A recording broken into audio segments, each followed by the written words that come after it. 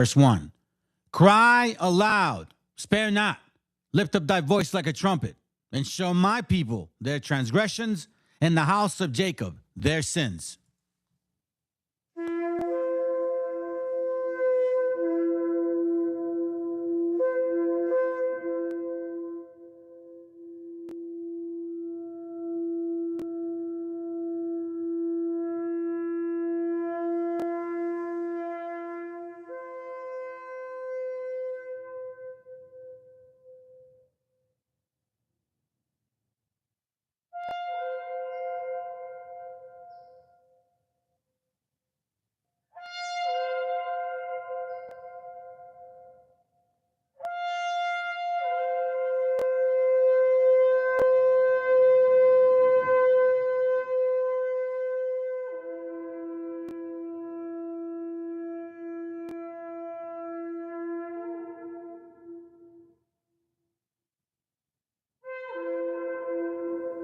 Copyright disclaimer.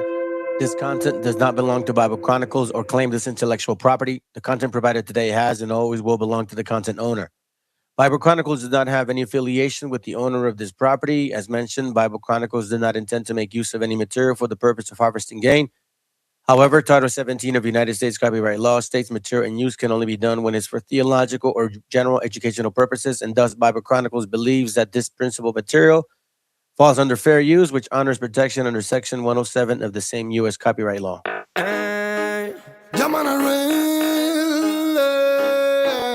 Lord mercy. This is Cypher Naimer. ¿Qué pasa, Otto?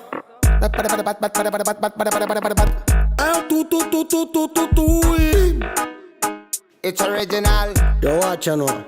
I feel the girl them dancing a party smoker. Wine, wine, wine, wine. Give me the sense in your point, we won't take no poker. Wine, wine, wine, wine. First, my friend, lady Paloma. Wine, wine, wine, wine. Party turn up, shatter, dance, and soca. Wine, wine, wine, wine. Este juego salvaje que te pego. Aquí queremos fiesta sin maquillar el ego. Si tan duro como el ego. Pacto sangriento de fuego. Si rompe la palabra te maldecimos luego. Llega la masacre para el tipo de revista. Machista y para la mona que va de lista. Sonamos en la calle y prendemos cada pista. Cuca, gran can, ourón de mista. Baila como quiera, ya lo demás que le dé. Que todo fluya, que solo es tuya mi friend. Esta vida loca te dirá cómo saber toda la bulla de los que quieran tu bien. Canta y buena será para todo aquel que quiera. Menos violencia temeraria para cualquiera. Brilla como una estrella en esta vida bella. Somos hermanos que borramos toda frontera. Rumba, suena la bomba que traemos los soldiers. Gimme, gimme, gimme, gimme some. Esta penumbra que hasta que tumba, solo modo hardcore. Bombs away, Hey, bombs away. Charma, pasa mal run. Smoking at the ear, beer with a bun. We no pop my lid that we no text no.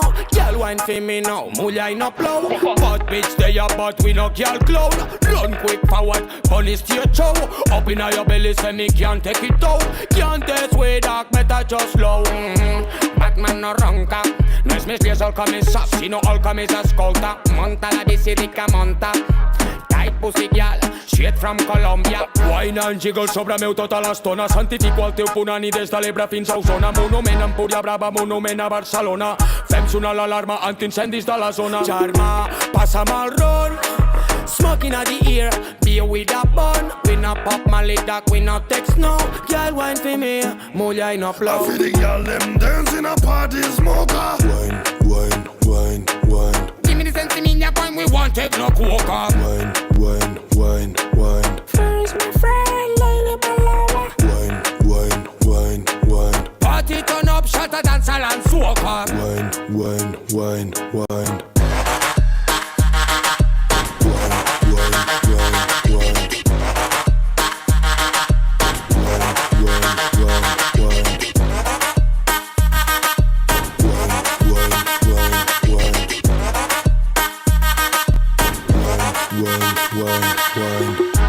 Lo de esa gata ritual, porque el danzar la posee. De junta con de cristal, pero su IG no me lo sé. Luz de neón blanca nunca, lila como el pelo de Turanga. Bossa blanca, suena bunga. En un baguial pa' que rompa. Sabe que sube mi tensión, pero esa asesina no tiene corazón. nueva guial pa' que rompa. Vengo mal hasta el hueso, mi equipo está en eso y no hay vacantes. Nunca fue solo porque eso del ritmo estoy preso, que no me falte. Venimos ready para que lo aguante. Puto Batman, quita de delante. Te vamos a dar la guillotina que aniquila como un murderer. Ey. Turn up, that booty's on Falla, no queda tiempo de andar con vampaya, don't stop. Ajustate la malla. Make them sweat sin estar en la playa, girl. Humo con sabor a papaya. Style y vaya donde vaya. Todos los dreadies van pa' allá. Scooby, reggaeton saltraya. Y backshot to backshot, we tele to telele. Esto no lo ves por la tele. Corre, ve y dile a tu frenene. Vente que nadie te frene, tu nenene. Sunscrews del Mediterráneo. Tot underground soterrani. Them never run away, man no le entra el panic. Le da igual pa' ya el que se rani. Pasamos revista aquí como la milili.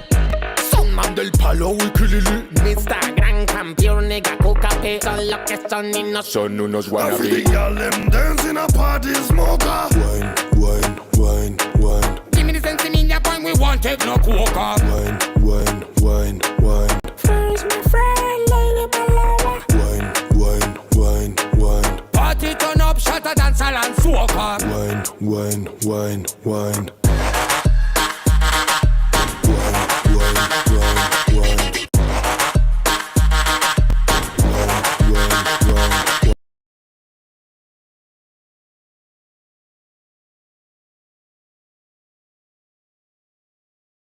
El autor viene a decirnos con mucha firmeza y gran convencimiento lo mismo que nos decía en el siglo XVIII el barón de Holbach, ¿no? Un filósofo francés de origen alemán.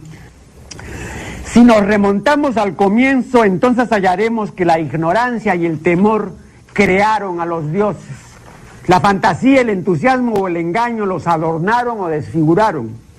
La debilidad les rinde culto, la credulidad los conserva, la costumbre los respeta y la tiranía los apoya para que la ceguera de los hombres sirva a sus propios intereses.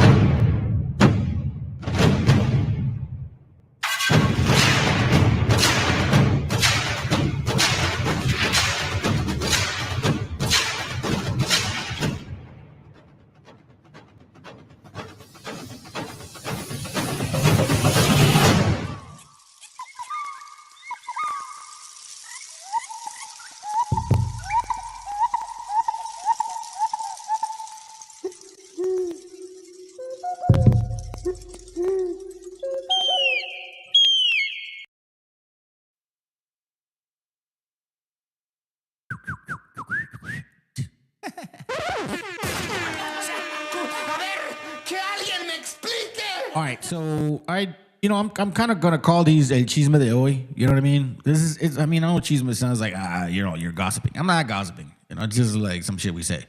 A ver el chisme, güey. Como dice la hermana, platican el chisme, pues. Platícame el chisme, pues. You know what I mean? Like, platícanos el chisme, pues. So the chisme of today. I actually found a very good video. I want to promote this young sister. I don't know who she is, but she did phenomenal work. I like the video, man. I think she did really good work. I like it. I like the video. What can I say? And when I like something, I like to share it. I think it's great. I think it's a way for us to support each other. You know what I'm saying? How else can I say it? Before we do, however, I want to remind you of the brutal racism. Straight up brutal racism. See, they think you Mexicans are third world. All right? By the way, I did a video last night But I'm doing one right now because I got a little bit of time. I did a video last night because I haven't done any classes in a week, I guess. Like I said, I've been busy. I've been taking a lot of notes on the classes that I want to do. This is one that I think I'm going to break down in 2 pieces because it's really thorough and I don't want to miss anything. I'm going to use a lot of books that you guys are probably not familiar with, okay? But anyways, before I get to that class, I thought maybe, we'll chop it up, da-da-da-da. And then yesterday we got a brother, Wedo and shit, and he fucking bugged out, bro. Came in, started talking shit, wanted to talk to me, and he was drunk as fuck. Wedo, don't do that, bro. You know what I mean? And I think he unsubscribed too and shit. It's not my fault, bro. You were under the influence. And a lot of times when you're under the influence, you may take something you may hear something that bothers you, but it may not be the way you hear it. So I don't got a problem with you, brother. You know what I mean? You're more than welcome to show up again. Just, be respectful, be an adult. I think we all know exactly, you know what I mean? When you're drinking, just come out of the way. Just keep it easy, bro. Keep it easy. Anyways, with all that being said, this is the CHISME of the day. Third world, you become the third world. Who are we importing from the third world, though? And who's importing anyone? Black people from Africa, people in the Caribbean and Cuba, Jamaica. Who's importing them? Who's importing them? Yeah. Well, I think we know it's the Jews. I think we know that's who's actually behind it all. But I don't know if what's your evidence for that? Bro, who controls the evidence? So you have no evidence because the Jews control the evidence, but your intuition tells you that the Jews are both controlling the evidence and they're controlling immigration. I don't even think you believe these conspiracies, bro. Why it's so fucking stupid for people to even say stuff like that. They literally tell you how they feel about us. I've shared this before, right? Oh, it's the Jews that are bringing all of these illegals into our country.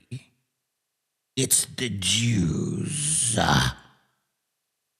Bro, they hate us as much as they hate Palestinians. I'll show you.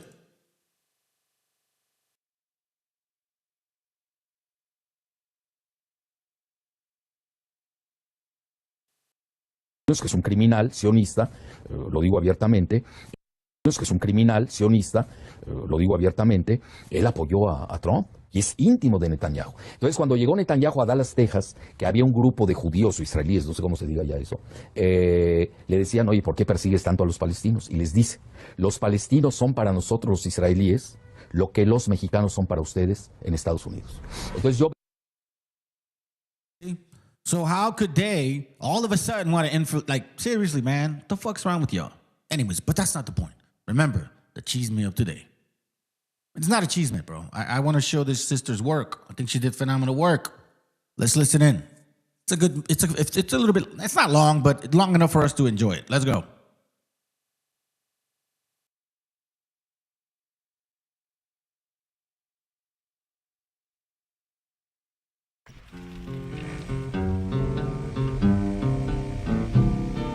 I'm Christy Nome, the United States Secretary of Homeland Security.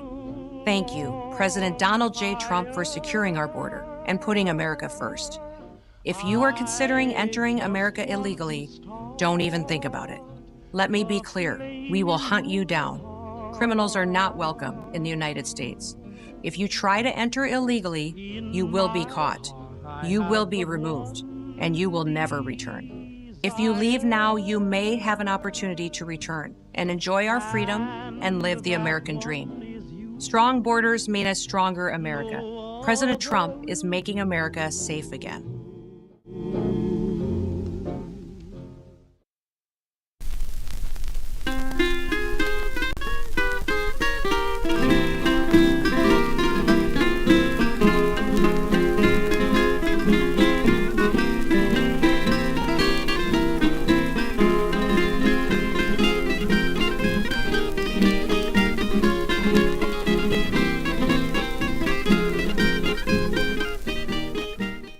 In 1987, Gloria Anzaldúa wrote Borderlands La Frontera de Nu Mestiza, a semi-autobiographical book blending academic essays and poetry. In Chapter 1, Anzaldúa described the US-Mexico border as a 1,950-mile open wound, a place where the third world grates against the first and bleeds. Nearly 40 years later, the wound is still open, and conditions have not improved, if anything, have worsened. Since the beginning of Trump's second term, the Trump administration has made immigration enforcement one of their top priorities. Since then, detention rates increased by almost 75% in less than a year and used 100 more facilities in 2026 than in 2025. As for Americans, the FBI reported anti-Latino hate crimes have seen a 6% increase in 2024, with over 738 reported incidents. Los Angeles, the city with the highest number of Latino residents in the United States, reported that 38% of crimes contained anti-immigrant language, and 48% included anti-Mexican slurs. And that's what gets reported, considering many are reluctant to contact law enforcement due to possible questioning of their immigration status, language barriers, and general mistrust in law enforcement. What Enzaldúa identified decades ago was not a temporary crisis but a political condition, one that is maintained through language that renders Latino communities as disposable. Dehumanizing rhetoric towards Latinos is not a new accidental thing, and it definitely is not separable from the physical violence it produces. From colonial dispossession to DHS official warnings, this is a product of a vicious loop of rhetoric, normalizing cruelty, feeding violence to the state, and then exporting it to its civilians. This video will cover 5 sections: where it began, how the state weaponizes it, why it works, how civilians act on it, and what we can do. So let me introduce myself. Hello, my name is Daniela Serna. I am a political science BA major with intentions of pursuing a Master of Public Policy and then law school. I'm currently a migration researcher, a political journalist, and a speech competitor. I wanted to start off my channel with this topic specifically because it has been the anchor of every academic work I've done in the past 3 years. Every paper, every debate case, every research project, it has circled back to this, so it felt right for me to begin here. Before we start, I would like to note 4 things. First, this video will primarily focus on Mexican immigrants because A, I myself am a Mexican immigrant, so that is what I'm most familiar with and allowed to speak on. B, most migration data, particularly from the 60s to 90s, is skewed to overrepresent Mexican migration and excludes Central and South Americans. Douglas S. Massey published a research paper called An Evaluation of International Migration Theory, the North American Case in 1994, explaining this if you are interested. And C, Mexico statistically is the country of origin most Latino immigrants in the United States in general are from, considering our geographic proximity, and is followed by Venezuela, Cuba, Colombia, Honduras, and Guatemala. Over 11 million residents are Mexican-born and consist of 57% of the total Latino population in the United States, according to the Migration Policy Institute. And that leads me to my second point. On my second point, not all Latinos are monolithic. Not everyone is Mexican. This is a huge generalization around Latino immigrants. And then my third note. There will be discussions of the indigenous origins of Mexico. However, not all Mexicans today are indigenous, and not all indigenous people are Mexican or even related to Mexico.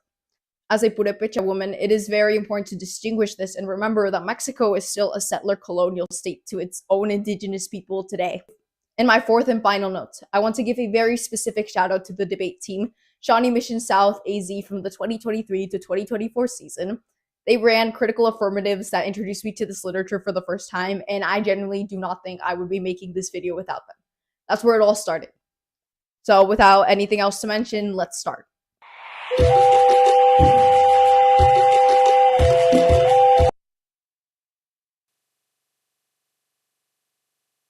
Share videos that are informative and educational, and especially with brothers or sisters that are barely coming up. Excuse me, her name is Nepantlera, I believe that's how you say it. She's only had one video, right? But it was pretty good, right? So she's got about 152 likes. Go ahead and, subscribe to her. Maybe that'll motivate her to make more videos. Again, I'm just a messenger, bro. That's all I am. For you guys that hate me and shit, don't take me personal. Don't hate me. Hate the message. If it bothers you what I say, it was meant to bother you. That's the way it works.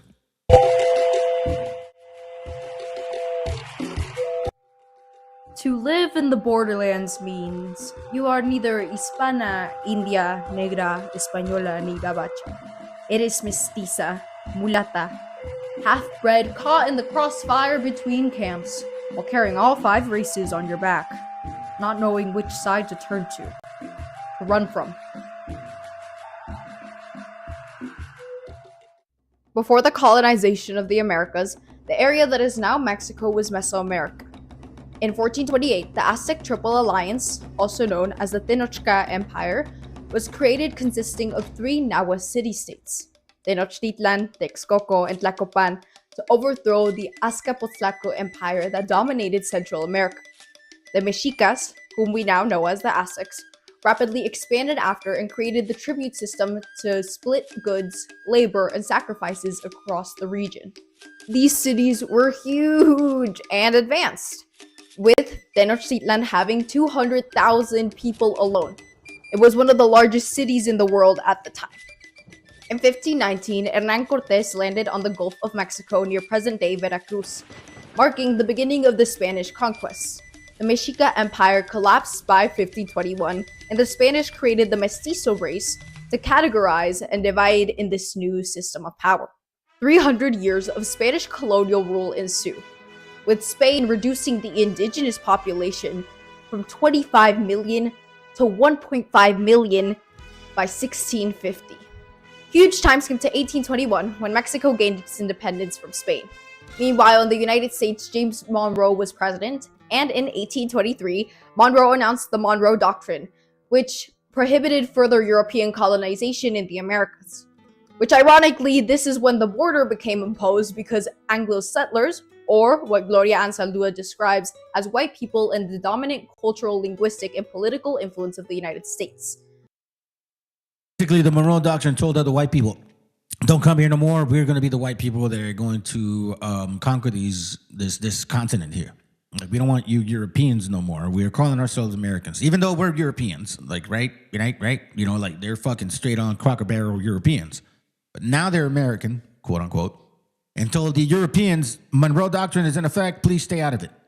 That's what occurred, because that's what they wanted. It's kind of like they get rid of all the possible help, and then they keep you in the house and they do what they do with you. It's exactly what happened. Don't ever forget that shit. Anglo settlers were illegally immigrating into the Texas region, which was still Mexico at this point of time. By 1848, the Mexican-American War forced Mexico to cede nearly half of its territory in the Treaty of Guadalupe Hidalgo, which created the current border. Mexicans became immigrants on land they had already occupied. This is what Anzaldúa calls the atravesidos, the transgressors regardless of documentation. She writes, borders are set up to define the places that are safe and unsafe, to distinguish us from them. A borderland is a vague and undetermined place created by the emotional residue of an unnatural boundary. It is in a constant state of transition. The prohibited and forbidden are its inhabitants. Gringos and the US Southwest consider the inhabitants of the borderlands transgressors, aliens. Do not enter. Trespassers will be raped, maimed, strangled, gassed, and shot. Tension grips the inhabitants of the borderlands like a virus.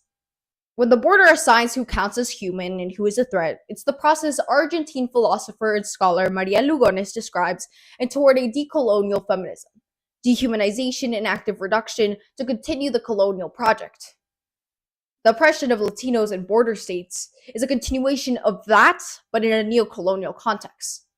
But how does that oppression come to be?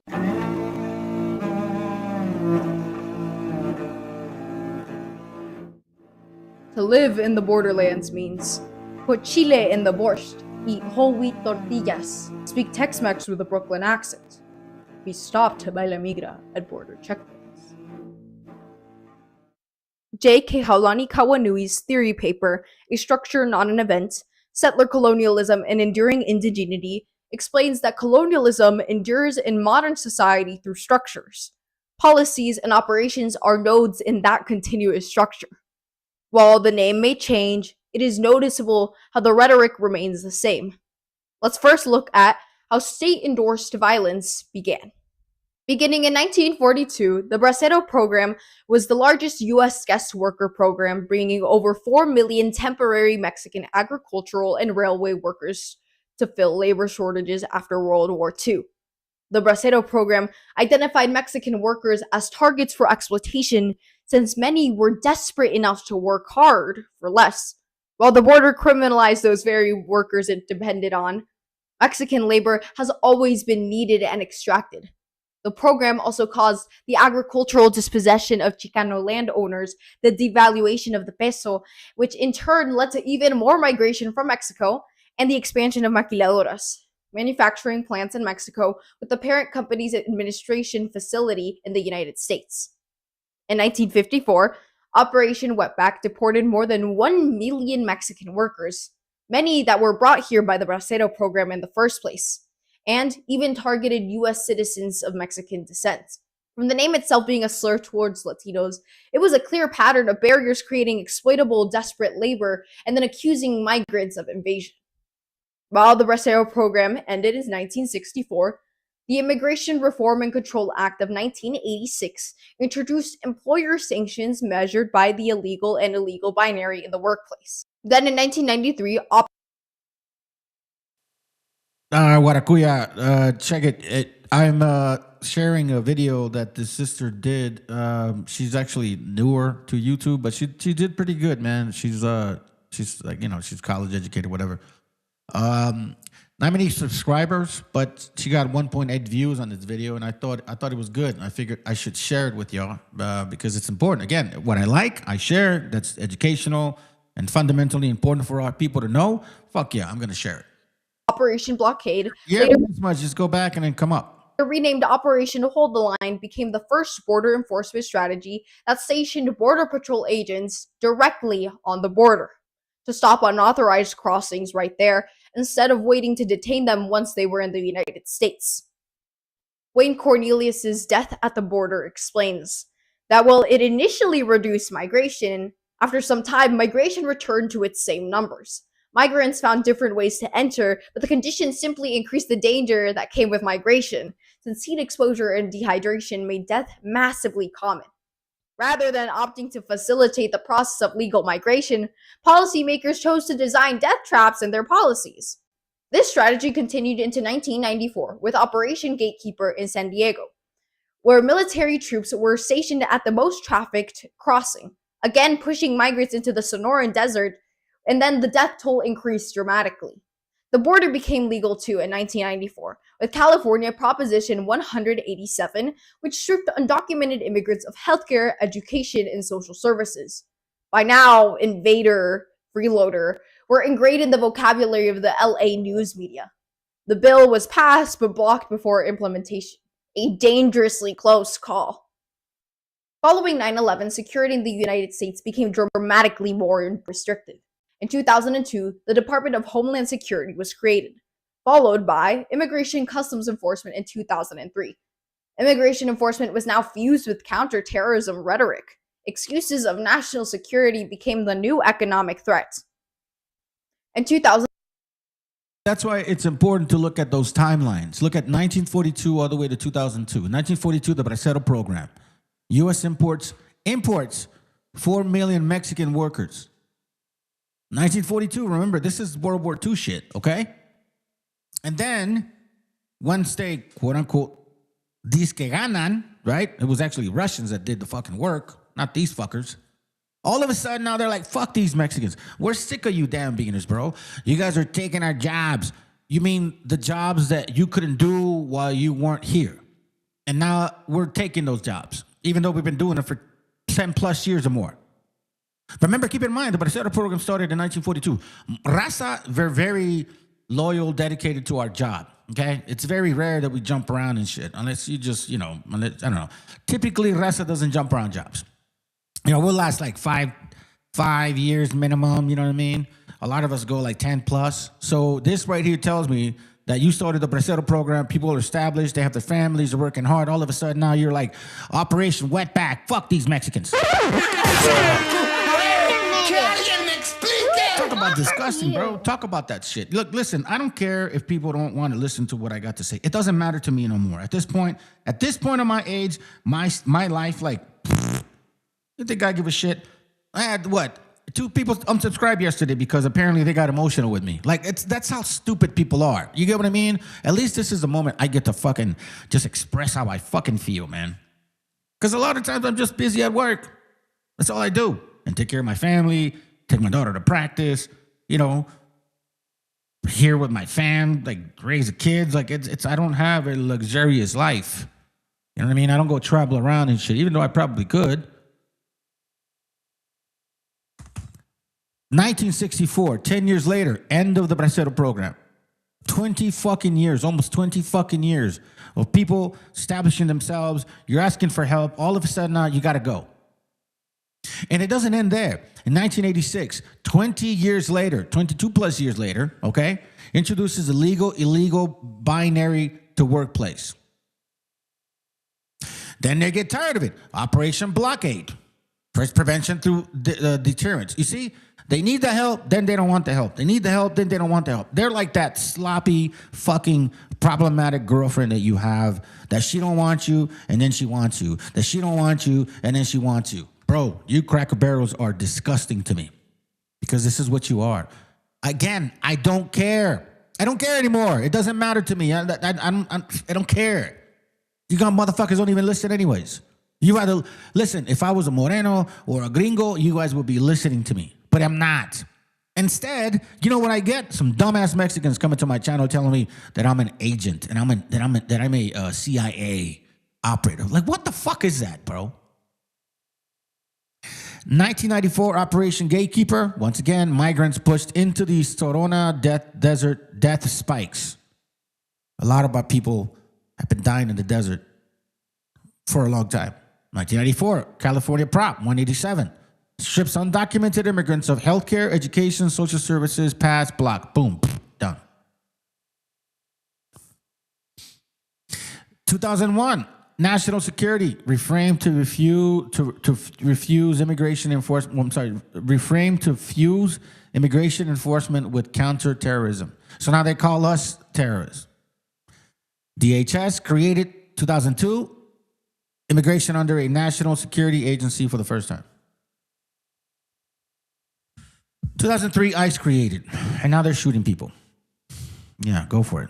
2010, Arizona proposed Senate Bill 1070. The Show Me Your Papers Act, because it legalized racial profiling.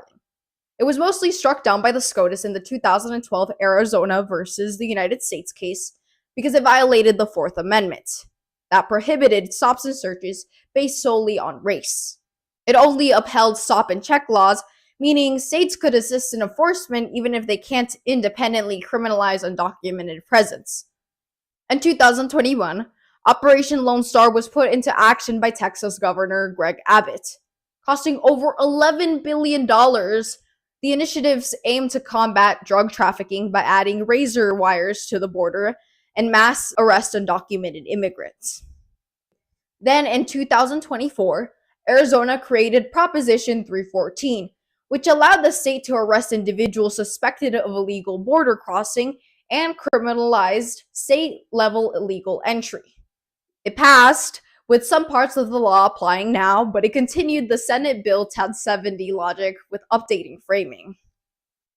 And that leads us today with the 2025 SCOTUS case. Over this real quick. 2003, ICE created. 2010, Arizona SB 1070, Show Me Your Papers. You know, they only look at certain people to be asking it. Are they going to ask a negro? Show me your papers, Negro. Show me your papers, Cracker Barrel. Show me your papers, Asian. Maybe they'll ask an Arab. But they're not gonna ask a negro or a white person. You know that shit. They're definitely not gonna ask a black person. Like, what the fuck you asking me for my papers, motherfucker? You know, that's what they're gonna get. What do you expect? But you know what? You know what's so funny, family? Every single fucking fake ass person that comes to my channel and tries to claim all of a sudden, oh, you guys aren't the real Jews. You guys don't fit the curses. Are they chasing you, Negroes? Are they deporting you, Negroes? Are they putting you in jail? Not for crimes you committed, just because you look raza? Who is this happening to? And in what land? Didn't the Bible say that that would happen to those people? Didn't the Bible say that, look, I'll show you real quick, just for you guys in case you don't know. It says on verse 43, the stranger that is within thee shall get above thee very high, and thou shalt come down very low. Thou shalt beget sons, verse 41, thou shalt beget sons and daughters, but thou shalt not enjoy them, for they shall go into captivity. Oh, really? How many captivities is that? Bracero program, you don't get to see your kids. They go to work. Then they get arrested. Then they get deported. Then they get treated like shit. Come, we need your help. Get the fuck out of here. Come, we need your help. Get the fuck out of here. Come, we need your help. Get the fuck out of here. Come, we need your help. Get the fuck out of here. Come, we need your help. Get the fuck out of here. Come, we need your help. Get the fuck out of here. Get the fuck out of here. Get the fuck out of here. Oh, we need your help, by the way, while you're getting the fuck out of here. Noam versus Vasquez Perdomo's 6-3 decision that allows ICE to detain people based on their... She brought that up. So now, 1942, Bracero program, that means, you know, we need you Mexicans to work because white people ain't going to do this fucking work, right? September 2025. Now they can detain you based on your ethnicity, location, and language. Basically, the way you fucking look. If you look Mexican, if you have an accent, or if you live in LA, then you're going to be deported. You know, in 2001, that's when they started this whole immigration bullshit, like regarding terrorism, and then judging you based on the way you look. Because, you know, when, like, for example, who typically tends to bomb themselves around other people, right?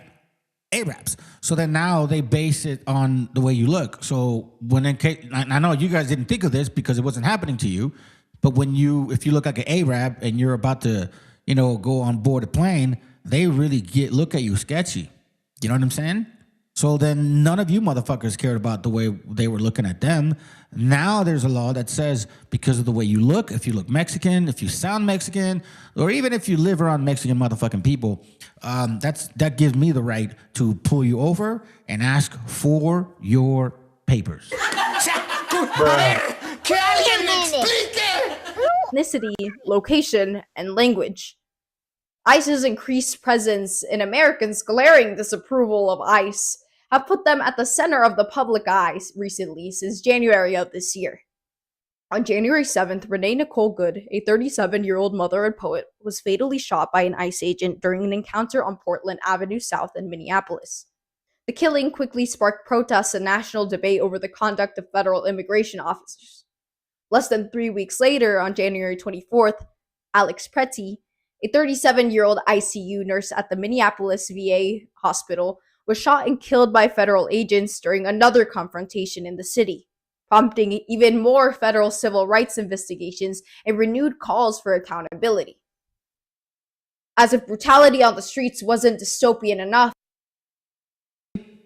So, hey, what up, B-Side? Good to have you here, bro. Thanks for posting that other video, man. The guy was fucking drunk yesterday. No, hey, I don't got no anger towards you, Wedo, if you're listening, bro. I don't have anger towards you. You were drunk last night. I get it. Just check your shit, man. You know what I mean? Check your shit. We're all adults, bro. Like, trust me. I'm gonna be 50 this year. I'm gonna be 50 in a few months. And one thing you learn as you get older is just like, man, you just let shit go, bro. Like, you don't even let stuff bother you no more. Like, you just fucking let it run down your shoulders and shit. Ain't no point in trying to argue with people. Now, you want to talk to me, I'm not afraid to call you. Like, that's one thing you guys need to understand. If you want me to talk to you, I will talk to you. I am not afraid to talk to you. You know what I mean? Like, but I'm not doing that because, oh, I think I'm better than you. No, I'm just not like that. Like, no, let's talk. Whatever. It's all good. You know what I mean? But don't be aggressive. Don't be a dick. You know? And if somebody says, hey, man, I don't like you calling me that name, just fucking accept it, bro, and just move on. Don't get all fucking emotional. You guys are fucking too emotional. Raza is too fucking emotional. You know what you should be emotional about? This shit right here. How come you don't give a fuck about this right here? You got people saying, oh, you Mexicans, you guys are Neanderthals. You guys are Mongolians. We were here before you. And then when I share with y'all, you guys are the Hebrews of the Bible. Nah, we're not those people. Nah, we're... Shut the fuck up. Who is this happening to? Verse 32 of Deuteronomy, thy sons and thy daughters shall be given unto another people, and thine eyes shall look and fail with longing for them all day long, and there shall be no might in thy hand. If you are a parent and they take your fucking child, or they fucking take your child, what the hell are you going to be longing for? Longing for them. And there's nothing you can do because they're going to take your kid. Who is that's happening to? It ain't happening to negros. Ain't no black people getting fucking arrested like this unless they committed a crime. That's the only fucking reason you end up in jail. They don't just actually put you in jail because you look black. No, that happens to us. They put us in jail because we look raza. And then you can't claim that supposedly we came here, stole this continent from you, and your diet, and your clothing, and your language, and all this other fucking shit, and then the curses as well. Fuck up. Get out of here, bro, with that shit. Get out of here with that shit. Bro, you guys show up to my channel and start talking some serious stuff, I will talk to you. How come you guys never debate me on any of these topics? You want to debate other people that are what? Why you run to them? Come over here, get this fire, bro. Invite me to your channel. Let's see if you guys are fucking serious. Or is it because I also speak Spanish and you just don't know how to handle that shit? Because I come at you in English and in Spanish with some fucking historical facts. Biblical shit. Biblical shit too. No, that's why you guys are afraid. So before you come over here and try to argue and post shit after I leave, show up today. Give some fucking effort to our kids. Look at our family out here. What the fuck is this about? If this was your kid, you would give a fuck. You see, these are not my kids, but this is my people, raza, people that I'm connected with. Because I see myself what if that was my kid? Because I think like that. What if that was my child? You guys are too stuck on lowriders. Let me go watch my novela. I got soccer World Cup this year. I don't give a fuck about them. I'm going to work. I que se ayuden ellos, right? That's what you guys fucking say. Until it comes to your fucking door. Detention centers themselves bring another set of problems. Approximately a record-breaking 70,000 undocumented immigrants get detained every day, bringing a fatal overcrowding crisis. The American Immigration Council reports 32 deaths in 2025 and 6 in the first 2 weeks of 2026. It becomes more apparent that the detention system has prioritized enforcement capacity over the human rights of the detained. The facilities themselves tell the stories. Chrome Service Processing Center detainees describe, quote, inhumane conditions, end quote, being forced to sleep on the concrete floor head by toe and survive on a daily cup of rice and a glass of water, and sometimes rotten food. Meanwhile, the Fort Bliss, Texas Detention Center is a series of military bases that previously functioned as a Japanese-American internment camp. It didn't help at all to beat the concentration camp allegations when ICE Acting Director Todd Linnen describes the agency's approach to deportation as an operation almost like, quote, a business like Amazon Prime but with human beings, end quote. It's also important to look at demographics. Despite popular belief, detainees aren't just undocumented immigrants, as the Project on Government Oversight reports that the arrests of people with no criminal record increased by 2,450%. Arrests are also longer, with a November 2025 report showing that for one person released, 14 were deported. Prolonged custody and expanded facility has overall stretched the government too thin, leading to a 36.25% drop in facility inspections, allowing for aggressive interior enforcement and permitting a lack of accountability. So if there isn't enough space for detainees to be held, and undocumented immigration is such a big problem, why don't they just do it legally? It's an argument made by many supporters of immigration enforcement. However, it's not that simple. The Cato Institute's policy analysis by David Beyer explains that less than 1% of 158 million adults worldwide who want to immigrate to the United States are able to do it legally. There are 5 pathways to a green card: the refugee program, a diversity lottery, a family sponsorship, an employer sponsorship, or employment self-sponsorship. Yet these programs don't do much for opening opportunities, with the refugee program accepting less than 0.1% of applicants, and the lottery having a 0.2% success rate. Meanwhile, the family sponsorship program is the most common, but it only covers spouses, minor children, and parents of adult citizens, with a cap that hasn't been updated since 1990. This makes other relatives face waits that stretch decades, with applicants dying before their visa is approved. On the other hand, the other two methods through the employer sponsorship only hire 1 in every 1,500 applicants. When reading the legislation, it's apparent that legal immigration is not a line people can simply choose to start in. For the vast majority of people, it does not even exist as an option, because immigration is forbidden unless you fit a very narrow category.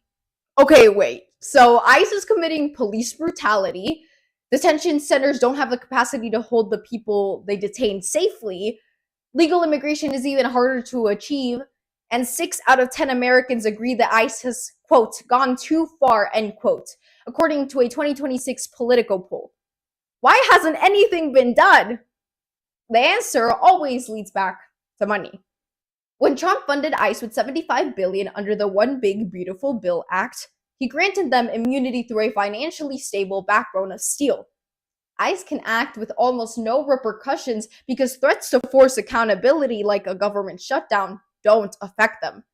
Air traffic controllers and TSA agents instead suffer the cuts, which then forces reform advocates to fold during negotiations in Congress. This is why no negotiations have been achieved. A prime example is Representative Pramila Jayapal and Adam Smith's Dignity for the Detained Immigrants Act, a bill that has been beat on the debate floor in 2021, 2023, 2025, and now 2026. As the American Immigration Lawyers Association explains, this bill calls for a strict shutdown of mandatory and profit detention centers and the prohibition of family detention. ICE supporters obviously don't want to accept that, but less severe reforms have also been rejected by Congress. Take Senate Bill 627. It prohibited ICE officers from wearing masks or any disguises. It was then blocked in February. Congress's stalemate to produce humane conditions demonstrates American Immigration Council's senior fellow Aaron Raiklin Melnick's description. This is a system built to produce deportations, not justice.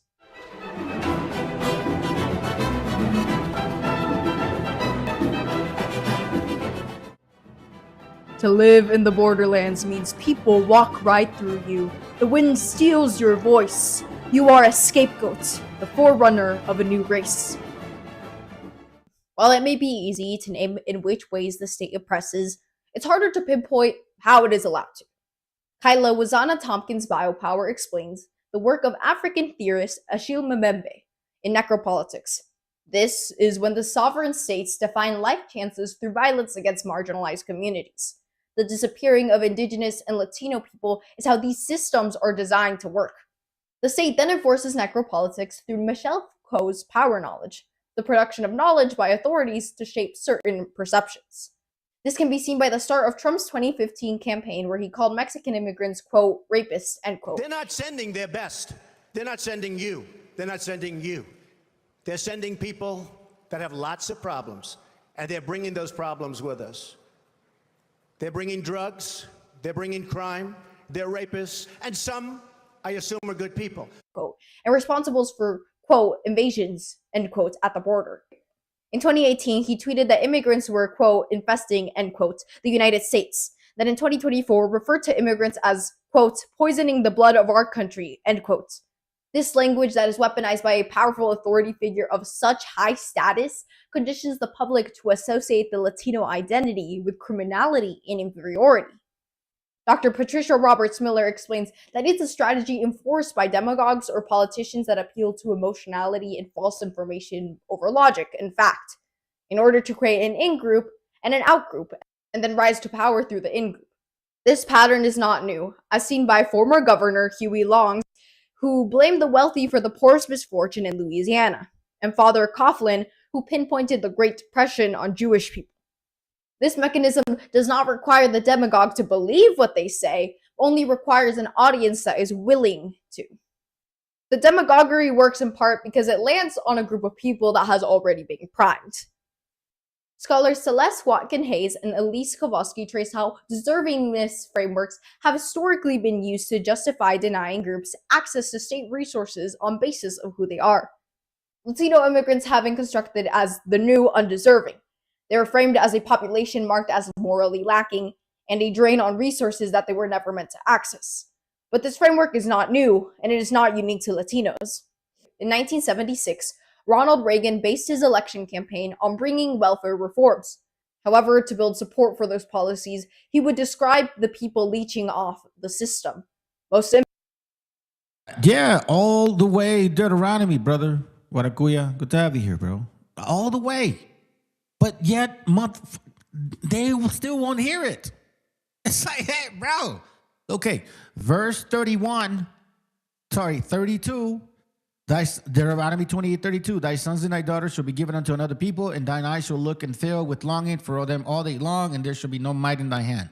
The fruit of thy land and all thy labors shall a nation which thou knowest not eat up. Did you guys know these fucking people before 1492? No. And thou shalt only be oppressed and crushed always. This doesn't apply to Negroes. They fucking help white people.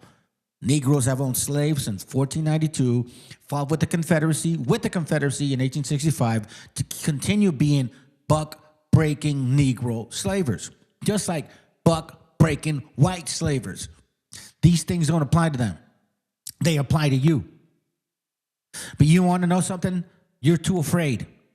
It's something like in you, like it's like you were raised wrong. It's like your parents don't like you, so you can't imagine your parents liking you. So you can't imagine God liking you. So you're like, well, no, I'm just a simpleton. You know what I mean? That doesn't apply to me. It's got to be to them. No, it's fucking talking about you. You. No one else. Infamously, Reagan described a welfare recipient who had, quote, 80 names, 30 addresses, 12 social security cards, end quote, and was, quote, collecting veterans' benefits on 4 non-existent diseased husbands, end quote. This became the welfare queen, a black woman he convinced voters was lazy and gutting the system in order to... Same talk that's going on today. Que alguien me explique. It's the same shit they say.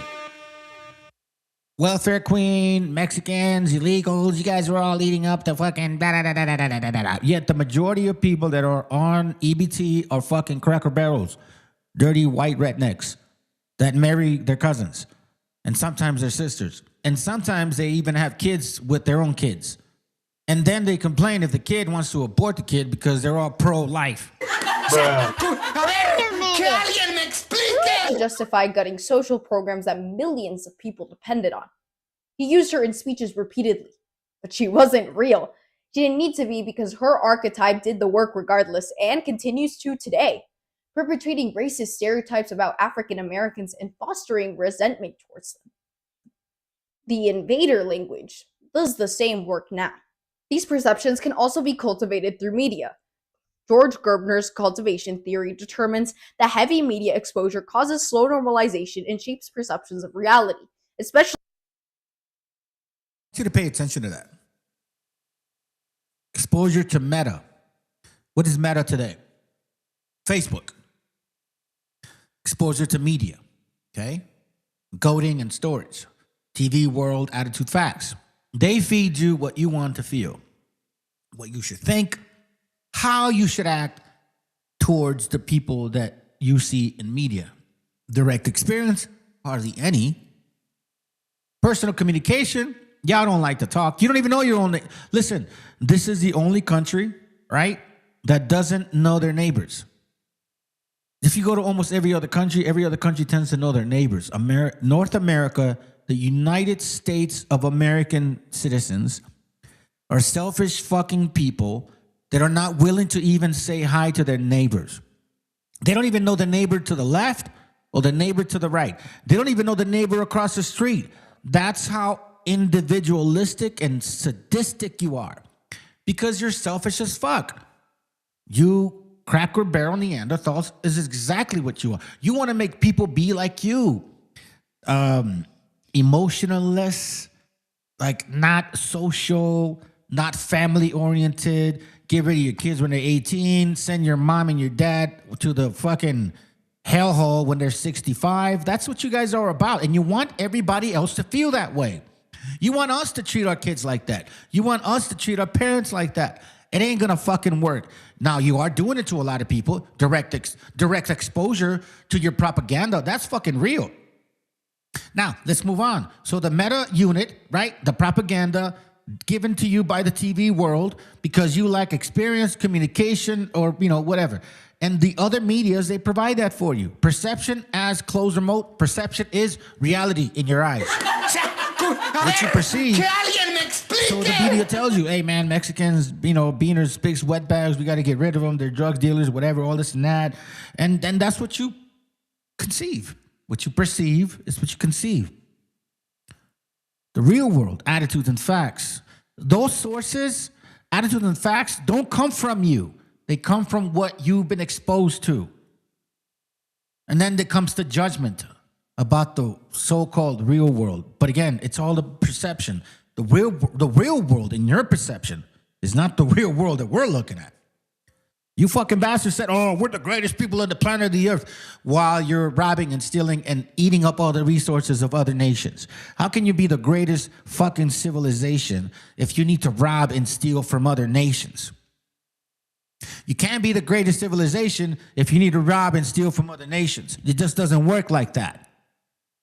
So you're not the greatest civilization. You are the poorest. You are the most disgruntled, mostly affected by, you know what? This right here. You are collateral damage. And your leaders don't give a fuck about you guys no more. Now you want us to be sheeple with you. Now you want us to, oh, it's the Jews that did this. Bro, they've been telling you for years that they've been running this shop. Have you not seen the movies? Boiler Room. In the 80s, they did a lot of shit. Man, they always talk about these. Dude, I'm watching movies, right? I like watching movies because I know they're entertainment. Like, I understand that. But I like watching movies. And it's like, bro, they've been telling y'all for years that, Jews run the shit. And they gave you the shit. And they're the ones that told you to hate Mexicans. Like, did you forget what I shared? Do you not know who funded Donald Trump? All of a sudden, these right-wingers are like, oh, I can't believe he took money from the Jews. Oh, really? Who funded Donald Trump? And who's been telling you guys to hate us? Who's been telling you guys to hate us? I'll tell you right now who's been telling you to hate us right now. I'm going to show you right now.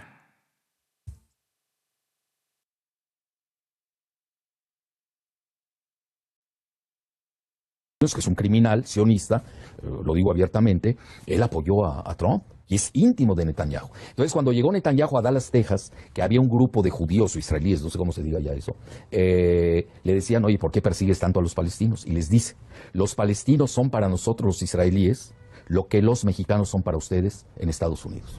Entonces, yo veo la palestinización de los mexicanos en Estados Unidos.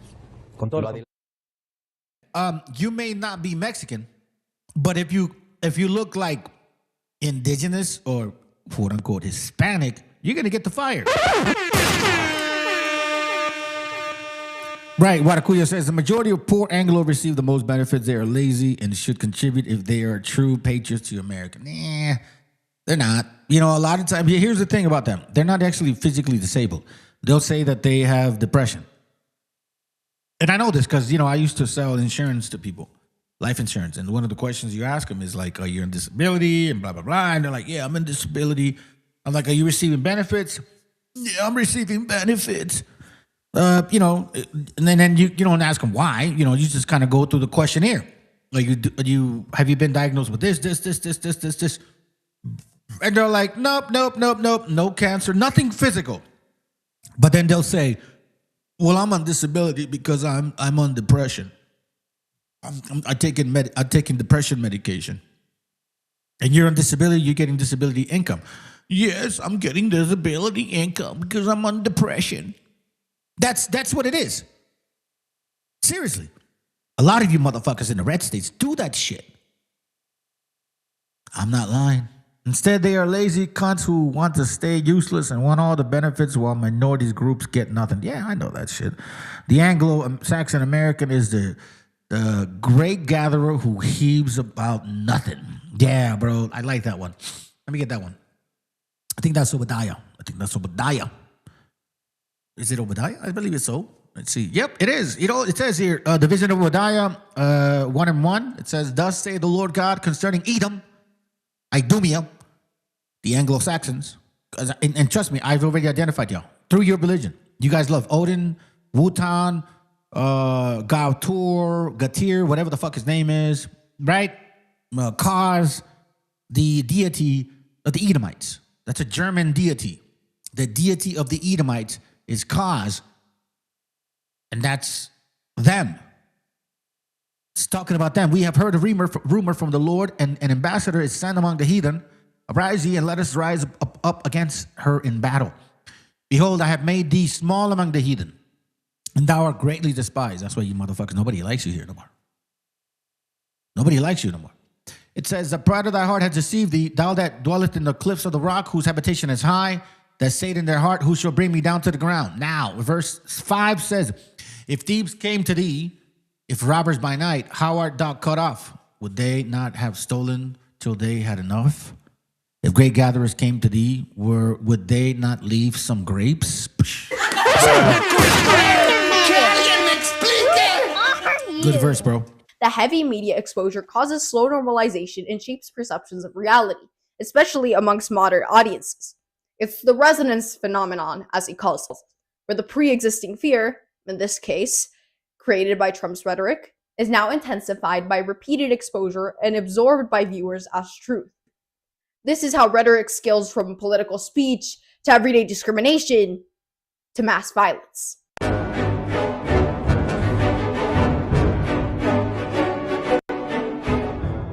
To live in the borderlands means you are the battleground, where enemies are kin to each other. You are home, a stranger. You are wounded, lost in action, dead, fighting back. While Chapter 2 showed how the state is an agent of violence, and Chapter 3 showed you why it works on people, this section will show you how state rhetoric licenses civilians to act. B.L. Nakos and colleagues' policy analysis, Donald Trump, aggressive rhetoric and political violence, finds that people as young as 13 post racist and xenophobic ideas on social media. X amplifies this through algorithmic engagement faster than broadcast media ever could. Look at this. For Cinco de Mayo, I will drink an entire jar of hot salsa and watch old Speedy Gonzalez cartoons and speak Spanish all day. What a fucking prick.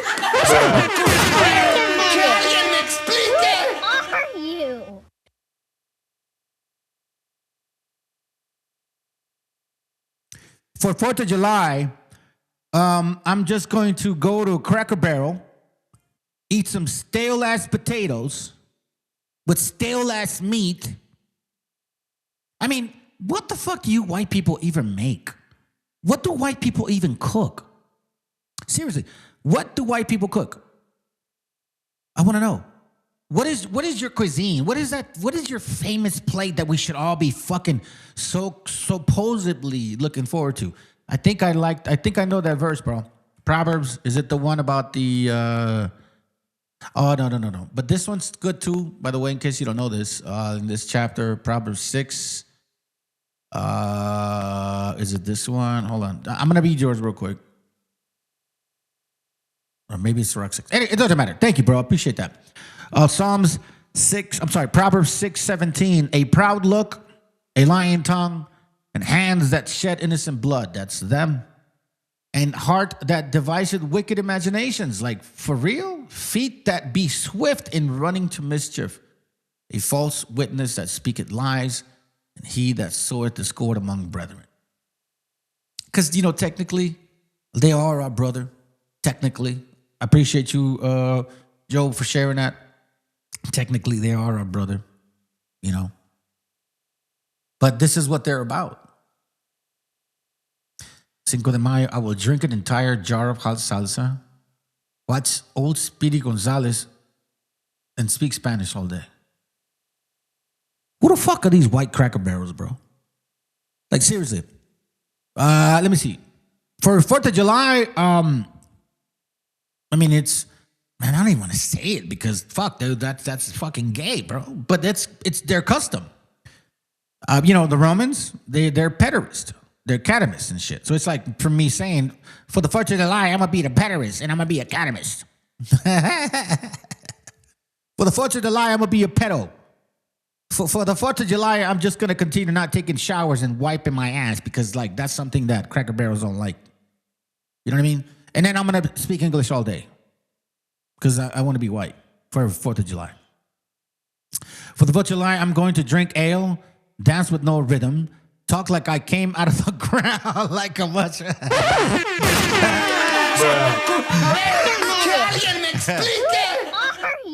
Talk like I came out of the ground like a mushroom and not from Europe. Eat stale food and listen to some shitty ass rock.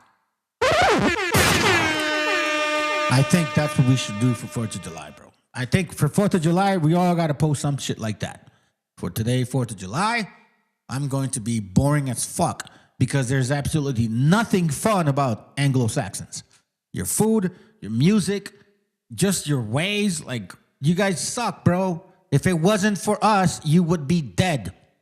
You would have no burgers. You would have no spaghetti. You would have nothing. How the fuck you get spaghetti and pizza when tomatoes weren't even over there? Fuck you too, Italians. You guys can get the fucking fire too. However, this is not an exclusively far-right phenomenon, and understanding why requires looking at how different ideological traditions relate to immigration as a concept. Stemming from Edmund Burke's ideas, conservatives prioritize cultural continuity, national sovereignty, and skepticism of rapid social change. And the border. Listen, go back to Europe. I mean, it's not difficult. It's not that difficult. You Cracker Barrels, look at y'all. You guys are Europeans. It's like you go over there to Israel and you tell the Palestinians to get the fuck out of there because you guys are Jews. This is the same people that call themselves Jews, fam. These are the same people. All they chose was Christianity. The other ones chose Judaism. It's no different. Sovereignty and skepticism of rapid social change. Since immigration, particularly undocumented immigration, is framed as a disruption to the existing social order and national identity, it makes invasion language acceptable and logical to a conservative base. But liberals and centrists are not exempt either. Liberal rhetoric on immigration has historically defaulted to economic justification. It's the same ideas from way back in the Bracero program. Immigrants contribute to GDP, they fill labor shortages, they pay taxes. The problem is that framing immigrants' value in terms of economic productivity accepts the same premise as the opposite, that a person's right to exist in a place is conditional on their usefulness to it. Campaigns that say we support legal immigration, not illegal immigration, draws the same legal-illegal binary that IIRIRA codified in 1996 and treat undocumented people as a problem to be managed rather than people with rights. Even progressive politicians triangulate on enforcement to appear electable. The ideology changes the way the message. Europe. We didn't go to Europe. Y'all motherfuckers came over here. We didn't go to Europe. I'm not trying to get in Europe. I ain't trying to go over there, bro. The cold ass climate and all that shit. Nah, you guys want to be over here and eat our cilantros, tomatoes, guacamoles, tortillas, everything that you have no clue about. I even asked Wobbles, hey, negros, come on. If you negros were really here before us, how come you don't eat the food we do? How come your C4 isotopes are so fucking low that generationally speaking and scientifically proving that you guys aren't from here? If you guys were from here, you'd be consuming corn left and right. That's not even in your fucking diet. That's not even in your bones. Both white and black folks, bro, and Arabs too. Y'all came together and shit. But Arabs are staying quiet, and you guys know better. You should know fucking better. But no.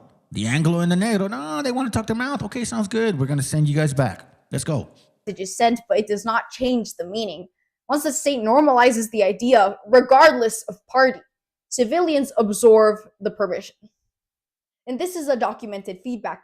It's what researchers call the Trump effect, when Trump's language emboldens others to express their own prejudices. As a report found in 2016, counties hosting Trump rallies saw a 226% surge in hate crimes compared to similar counties without rallies. Yes, potatoes are indigenous, my bad. But it's still, a very boring food when it comes to them cooking it. We know how to cook it. They don't.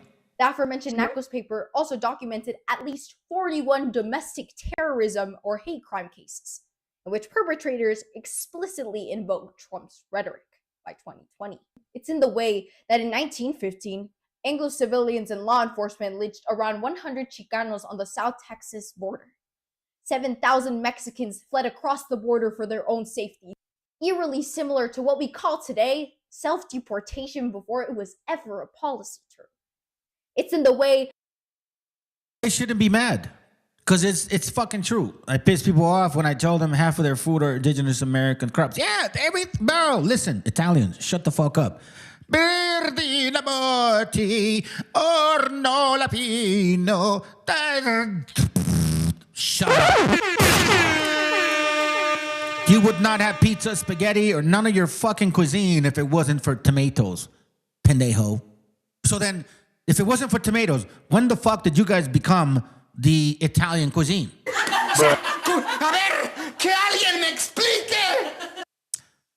Spaghetti was not invented until y'all came here.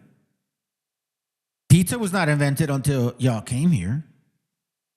Seriously, what the fuck? We made everything. If it wasn't for us, all of you would starve. All of you would be eating boring fucking food, or you'd be eating some dirty curry or some spicy fucking Arab shit. But since you came here, we showed y'all how to fucking eat. But in 2016, the morning after the election, some would spray painted "Build the Wall Higher" on a majority Latino elementary school. It's the endpoint of cultivation theory, where a child absorbed a permission structure and acted on it before they were even old enough to vote for the person who gave it to them. And the children in those schools became atravesidos too. It's in the way that in 2025, College Republicans United at Arizona State University hosted an event encouraging students to report their fellow students to ICE. Then ASU Sandra Day O'Connor Law School down the road tried to give ICE a recruiting table at a career fair, until the National Lawyers Guild and 650 students' signatures pushed them out. But the fact that it was attempted, that ICE at a career fair was considered normal enough to schedule, that tells you where we are.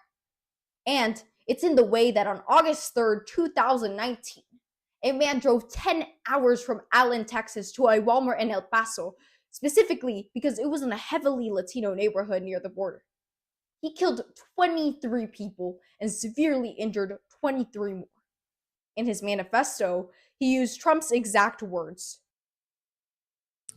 You see, who are the rapists, the murderers, and the serial killers? Who eats people? When they do an FBI profile on a fucking serial killer, they don't say he's 30 years old, Hispanic, about so tall. They don't say he's 30 years old, black, about so tall. No, they say he's 30 years old, white, lives a normal life, looks like your average person. Who are the real fucking thugs? The real killers, the ones that should not have guns in their hands. Because look, I don't need to have guns.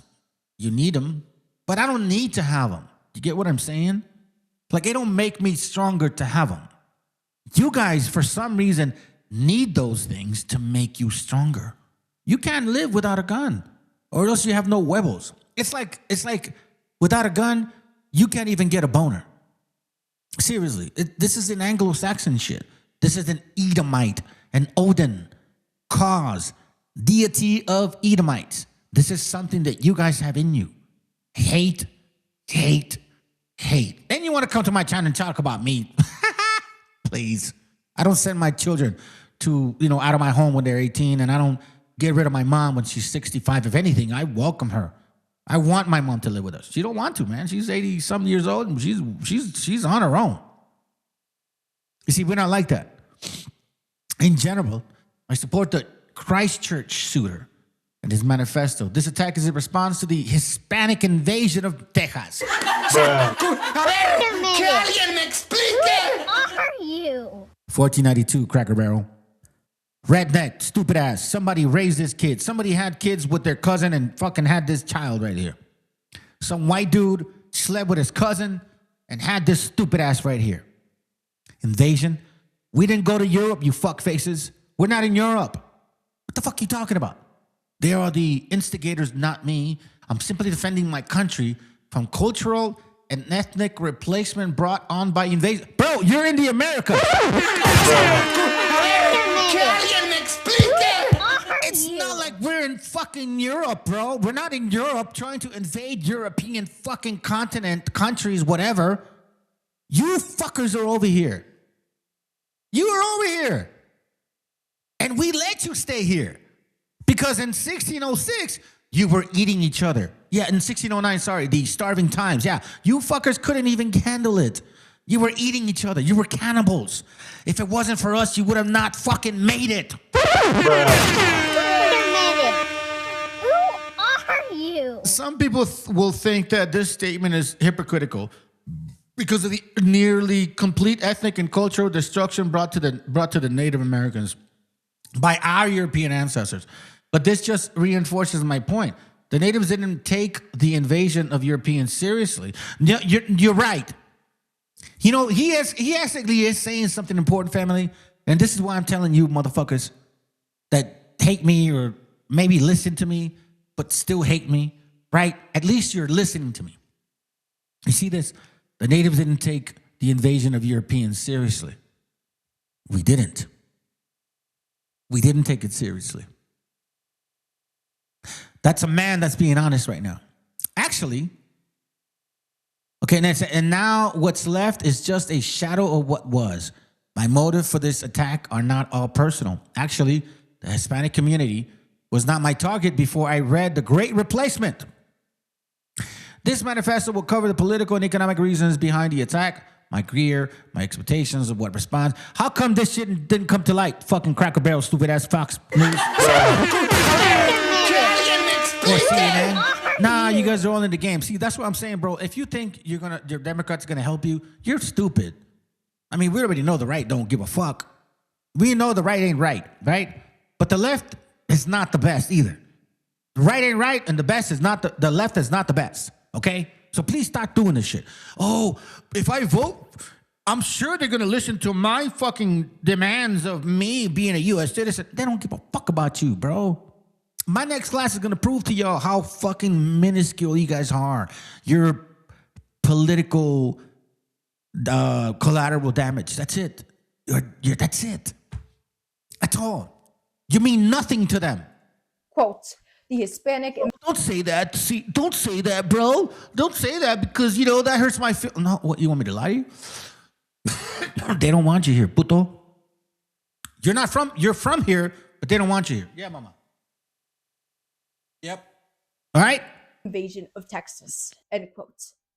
The FBI called it domestic terrorism, but I call it the logical conclusion of everything this video has been building towards.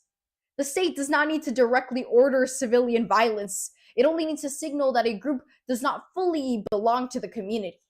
When the ICE chip line invites neighbors to report friends and family, and the former Secretary of Homeland Security says she'll hunt them down, the state communicates that Latinos are a legitimate target of suspicion. Some civilians translate that into permission to harass, vandalize, assault, and murder. 1915, 2016, 2019, 2025.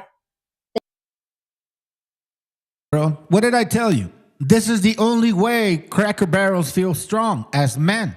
Even with your fucking red beards and shit, with your hairy ass faces, you still need a gun to make you fucking feel strong. Bro, listen, you want to go at it? Put your guns down. Put your guns down. Can you handle that? You can't even handle your shit in jail. Like you guys are bitches in jail. Woods get checked in jail, bro. The only reason you guys even get help is from Raza. Because if it wasn't for us, Morenos would be fucking y'all left and right. You can't even take care of yourselves in jail, bro. That's why this is so obvious. Like I said, without guns, you ain't shit. 1915, 2016, 2019, 2025. The names and years change, but the structures do not.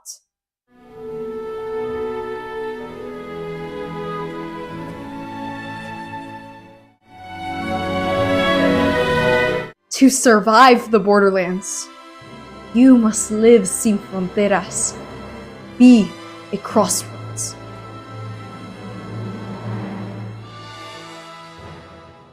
If I'm being honest, after everything I've covered in this video, solutions feel almost impossible. These structures we are up against have been built over centuries and won't get dismantled with a singular cycle of news. Instead, I'm giving you a starting point, not a solution, because it also won't come down if we don't do anything. My first call to action is to reframe the information you consume. It is particularly important in two categories: immigration news and immigrant experiences. For the first, consider that migration news are overinflated. A sociologist and geographer, Hein de Haas, debunks in his book How Migration Really Works. Most migration is legal in the United States, with only 23% of it being undocumented. The crisis narrative is manufactured to justify a control apparatus that benefits from the labor that it criminalizes. Reframe immigration policy that it is built on control rather than safety. This distinction matters in advocacy, journalism, policy debate, and public conversation. As for the latter, when you do encounter immigrant communities, do not universalize it. University of Monterrey researchers Barbara Martinez Cairo and Emanuela Buscemi further emphasize in Latin American decolonial feminisms and theoretical perspectives and challenges that the universalization of Indigenous and Latino people heavily contributes to reestablishing settler colonial ways in discussion. For example, Afro-descendant communities have their own needs and agenda. The universalization of their struggle into Western frameworks reinforces that erasure.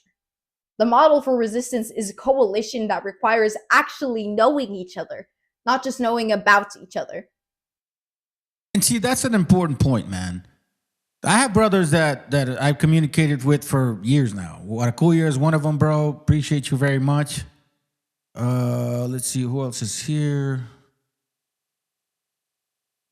Who else? I thought I saw somebody else here.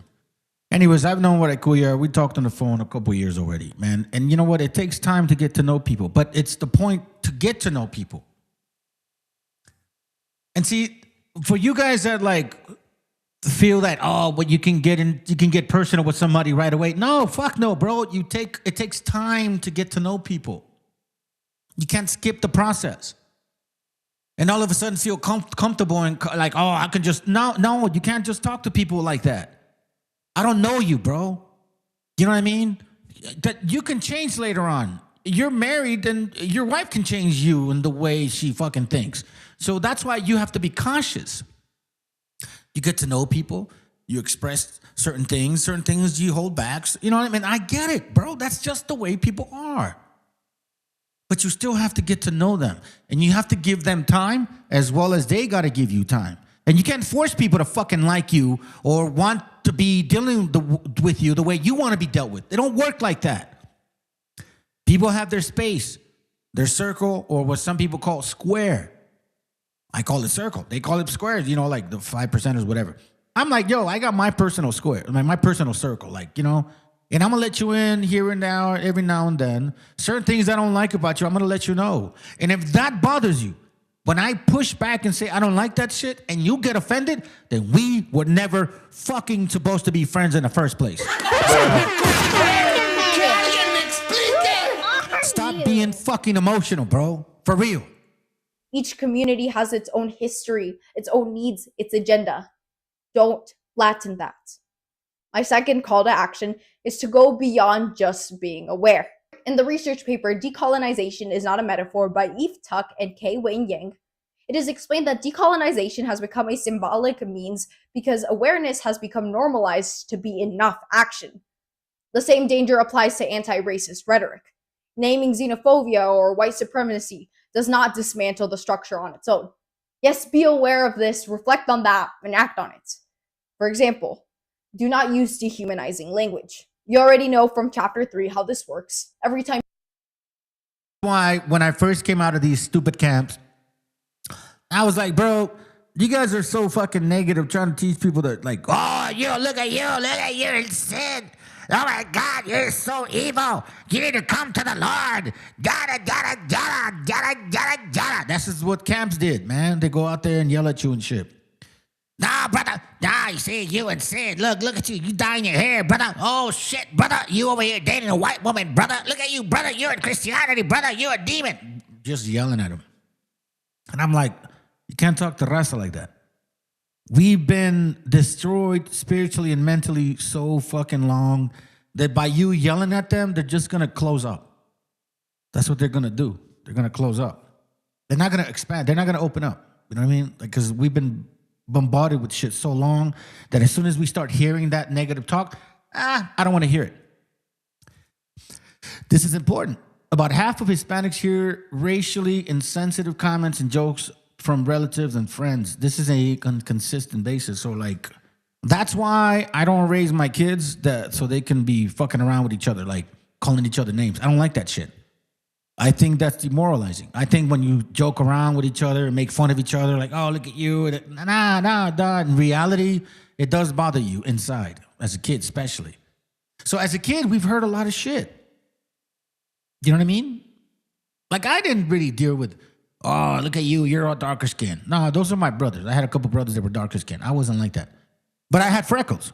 So they would call me, kid you not, they would call me a foco de carnicería, güey. You know what that means? That means that they were like, because I had freckles, they were like, you're like a light bulb in a butcher shop. Because, you know, all the flies and shit, you know, they go up to the light and they shit on it. So that's why they would call me foco de carnicería, because I had freckles. So we get jokes and that type of talk, demeanor, talking down to shit, condescending. ¿A poco no sabes? What do you mean? You don't know that? Like, what do you mean? Wait, hold on. What do you think? I'm stupid? Just because I don't know it? So that's in our language because it was implemented by them. That's why when I came out of these camps, I'm like, bro, you can't teach our people like to like really grow within themselves. If you're talking down to them like, oh, you piece of shit, you guys ain't shit. No, you got to show them some love. Show them who they are.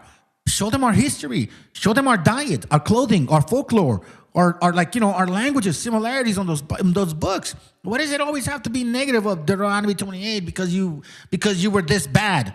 I already know I'm bad. How can I be good?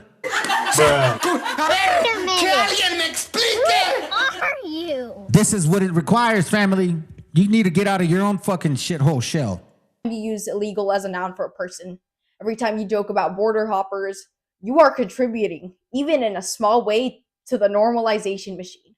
You are not exempt from the cultivation theory just because you know how the theory works. And American Joto, American Pocho, or American whatever the fuck you are, American Honduran, whatever. You're not a Cholo, homie. You're an American Honduran, so-called, that voted for Trump. And now you're like, oh, well, I'm cool, man. I got my followers.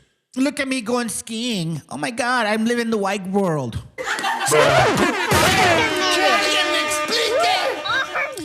American Joto. Even if you are Latino yourself. My third call to action is to get involved politically. If you are eligible to vote, take it seriously.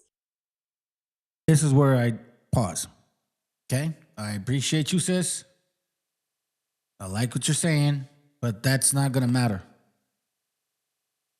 Not under the Anglo-Saxon power.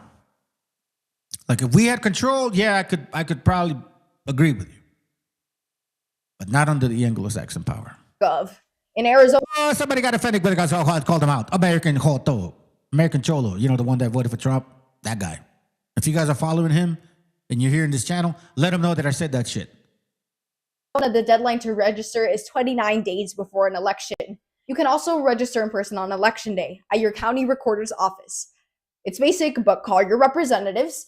The Arizona State Legislature has an active immigration docket right now as of April 5th, 2026. And here's some bills to watch out for. First, Senate Bill que pueda. Let's just get to the conclusion because she's talking about politics, right? So let's go. We're almost finished on this. Own. But together they can stop you from being a passive consumer of a narrative that was designed to make you feel like nothing can be done. Mientras uno está vivo, uno debe amar lo más que pueda. La mayoría de los niños de Honduras en lo que ya desde que crecen ya traen eso de ay, voy a los Estados Unidos. God bless America. Sea Chile, Argentina, Uruguay, Paraguay, Bolivia, Perú, Ecuador, Brasil, Colombia, Venezuela, Guyana, Panamá, Costa Rica, Nicaragua, Honduras, El Salvador, Guatemala, México, Cuba. These should have left Honduras out, bro. Right now, bro, Hondurans right now are like on the lowest of the totem pole. Because a lot of you motherfuckers are just like Cubans, like the brother said. I seen a pattern with a lot of Honduran Americans who are like right-wing Cubans of Central America. Yeah, they are, bro. Like straight up acting like that. Well, you know, I can't even fake the accent, dude. How the fuck can you fake it, American Cholo? How can you fake sounding like raza, act like raza, and they get offended when we call you out that you're not raza? And then you go vote for Trump because you're offended because Marvelous called you because you're not raza. So you voted for Trump because of Marvelous. Marvelous, man. You made him vote for Trump, bro. República Dominicana, Jamaica, Haití, las Antillas, United States, Canadá, a my motherland, mi patria, Puerto Rico. Seguimos aquí. ¡Ahora sí! Tirar más fotos de cuando te tuve, debí darte más besos y abrazos las veces que pude. Ey, ojalá que los míos nunca se muden. Y si hoy me emborracho, pues que me ayuden. Tirar más fotos de cuando te tuve, debí darte más besos y abrazos las veces que pude. Ojalá que los míos nunca se muden. Y si hoy me emborracho, pues que me ayuden. I want to end with J.K. Haulani Kawanui's words. Indigenous people exist, resist, and persist. The people I've been talking about for the past however many minutes are not defined by what has been done to them. The atravesidos, the mujer indocumentada, the Chicano farm worker, the family waiting at the border, the kid at the elementary school. The 1,950-mile open wound is not the whole story. As Ansel Dua wrote, the borderlands produce something too.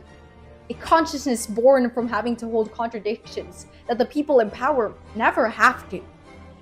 We spend a lot of time waiting for the right leader, the right moments, the right Supreme Court, the right election, waiting for the next Malcolm X or MLK to come save us. But I've been studying this long enough to know there is no one coming. It's only us. But that is not a reason to be afraid, but rather to encourage us to decide what to do with what we know. There are no heroes coming. We are all we have. I like that she said that, bro. There are no heroes coming. We are all that we have. And you're right, sis. They are doing it already. But you know what's making me upset is that raza, it's like, oh, it's okay. Pobres gringos. O sea, oh, so you want them to do it to you. We're almost done. You hear a lot about Mexicans immigrating to the US for a better life, but a lot more Americans are moving to Mexico and commuting across the busiest and one of the most heavily scrutinized borders in the world every single day to get to work in the US. Like 5 hours. I've waited the maximum. I've done 4, 5, and 6 hours of work. You need to start deporting. México tiene que estar deportando estos pinches gringos, güey. Mexico needs to start deporting these cracker barrels back to this country over here. We want them back. We want these cracker barrels back over here. Do not let these white people over there in Mexico, family. Get them back over here. I wake up, my first alarm I think is like 1:15 a.m. Just have a better life here. The American dream is to come to the US, and then mine is a reverse sueño to come back here and experience all the beautiful things that the city has to offer. The number of Americans. So they wanted you out of their country they wanted your food. Now they're in your country and you're okay with it. You Mexicans are stupid, bro. Americans living in Mexico and crossing the Mexicanos son estúpidos, güey. ¿Cómo pueden dejar esta madre, cabrones? No sean mamones, cabrones. border regularly to work in the US nearly tripled in 20 years to about 32,000 in 2020, the most recent data available. While the number of workers born in Mexico doing the same commute declined 23% to more than 55,000 in the same period. Of those around 88,000 border commuters, the largest share, about 40%, lives in Tijuana, Mexico and works in San Diego, California. They mostly cross here at the San Isidro border crossing, which processed more than 48 million crossings in 2025. That's nearly double the second busiest border crossing in El Paso, Texas. The commute has only gotten slower and more painful, as the US-Mexico border has become one of the most policed and scrutinized in the world. After all, controlling the flow of people, drugs, and goods through this border is one of this administration's biggest priorities. I've had to quit a lot of jobs because of living in Tijuana. Yeah, I was late so many. No. México, por favor, mexicanos de México, no sean pendejos, güey. Deporten esos pinches gringos back over here. Now they're upset with the shit that they voted for. They voted for trompetas. Now trompetas don't, it's putting the squeeze on them. Oh, well, I want to go to Mexico with I want to be around Mexicans, but I don't want to hear mariachi. I don't want you guys to play music after 10. I want my tacos not so spicy. Shut the fuck up. Bro, listen, America. All America. I'm talking about all America. Deport these crackers back to North America. They don't get, no. They don't get to enjoy this shit. Seriously. Look at this fucking hypocrisy, bro. This is why you guys are so weak, Cracker Barrels, Edomites. You are so weak. You come to this continent, complain about us, kick us out, and then you want to move in where we're already in because your shit's getting expensive. So you don't like to actually struggle a little bit. No, you want it easy. You see that little chunk right there in your neck? That means you're enjoying life. That means you're like having your beers and food and shit. That means you get a blade and you don't give a fuck about nothing because, I'm living the Mexican life. Deport these Cracker Barrels back to North America now. Times. In this video, I'll show you the extreme lengths more and more Americans are taking to have a better life in Mexico. I'm Helen, and I'm a former CNBC video journalist covering modern migration trends. Before we continue, hit that like and subscribe button. Hey, listen, Asians, y'all need to go back too. I don't give a flying fuck, bro. Listen, you guys are the same shit. Let's go. It would really support me in making more videos. That's crazy. 2 million Americans living in Mexico because they can't afford to live here. That's the American dream under capitalism and really nothing else. If you haven't already, make sure to like and subscribe with all notifications. Hype up the video. Let's get into it. When the U.S. sends its people, they're not sending their best. Homeless European Americans. When United States of America sends their people to Mexico, they don't send their best. They send stupid fucking redneck, Cracker Barrel, crack addict, fucking inbred, stupid bitches. Motherfuckers that were married to their mom and had a kid and call their son cousin. Americans are becoming a phenomenon in Mexico. Check out this video. La CDMX ya está muy gentrificada, ya tenemos vagos gringos. I've been on the road fucking over 500 days over some bullshit in my fucking own country. Here is another instance of a European American opening doors for Mexicans at an Oxxo store in Mexico to get a little bit of money. And then here's another instance of a European American woman asking for 50 pesos in Mexico City. There's also been reports of a large number of homeless European Americans in Puerto Vallarta, and Cancun, and Mérida, and basically all over Mexico. And from personal... You see the downfall of the Cracker Barrel Nation? I have made you small among the heathen. You are greatly despised. Behold, I have made thee small among the heathen. Thou art greatly despised, Obadiah 1 and 2. The pride of thine heart has deceived thee. Thou that dwelleth in the cliffs of the rock, meaning somebody that just doesn't take anything for granted. Just lives life like the way they want to. Morenos and Glangelos both misled by their own people. Damn right. Experience when I go to Mexico City, yeah, for whatever reason, there's a lot of homeless European Americans. It's so bizarre. Like, I understand that being homeless might be like a culture thing in the US. I think California alone has like 180,000 homeless. And I know it's a really big problem, but supposedly Americans immigrate to Mexico for a better life because they can't afford to live in the US. And somehow many of them end up homeless in Mexico too. But there you have it, guys. Homelessness is becoming such a big problem in the US that it's starting to spill over into Mexico. These Cracker Barrels right now. Who says deport these Cracker Barrels right now? Please. Come on, Mexico. Come on, Mexicans. Raza, ¿qué les pasa, güey? ¿Qué les pasa, güey? ¿Qué nos pasa? ¿Qué nos pasa? A ver, que alguien me explique. Que alguien me explique esta pinche estupidez, cabrones. ¿Cómo pueden dejar que estos pinches europeos estén ahí robándoles todo lo que tienen? No entiendo que alguien... A ver, que alguien me explique.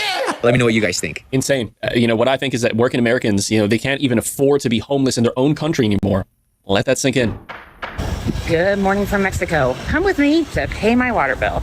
Our water bills are distributed to our door by the building super, and then we just come down to the OXXO, and the OXXO is a centralized payment place. So let's go. If you've never seen me before, my name's Meredith. I'm exploring life outside the United States, and I'm currently in Playa del Carmen with my 7-year-old. Del Carmen, now we know where she's at. Get rid of her. Deport her Cracker Barrel back over here. We need you, U.S. citizens, to come and work. We need you to work.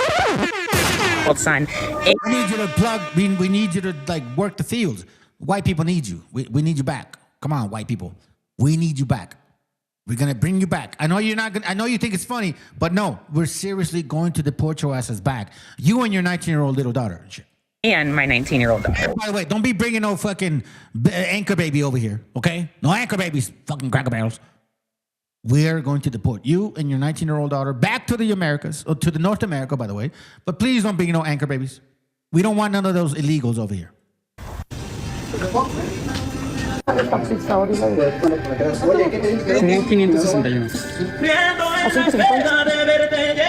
Easy peasy. I got my payment receipt.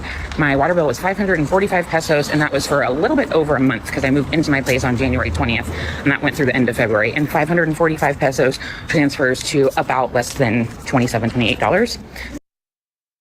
$27 for gas and electric, while we're paying $500 a month.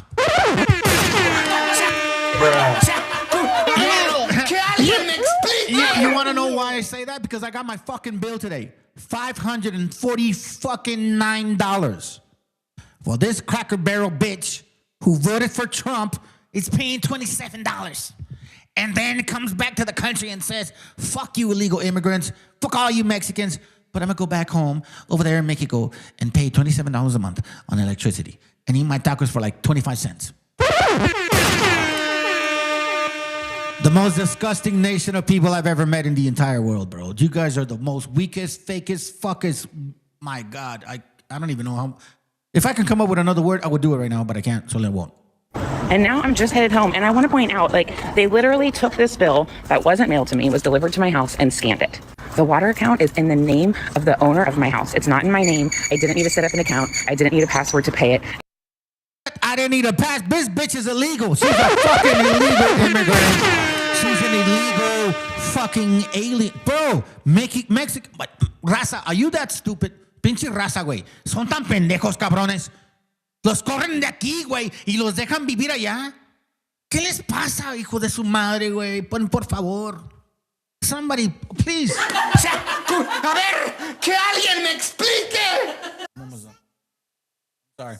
See, even my daughter's mad. Let's go. I didn't need to set up electronic payment, nothing. I got this bill, I walked to the gas station, they scanned it, and I paid my 27 water bill for the month. Wow. I really love living in Mexico. Simplistic. You really got to love that. MAGA spent... You really got to love that. MAGA's living an illegal alien life, complaining about illegal aliens, while paying for a $27 bill in a country where she's illegally an alien, while I'm a U.S. citizen, Mexican national, by the way, paying $549 a month in electric bill. Do you understand that now? This is right-wing America. Right-wing North America. Bro, you guys wanted these bills. I'm telling you right now, family, I got a bill today, $549 fucking dollars, just so I can keep my house air conditioned for an entire month. Make that make fucking sense.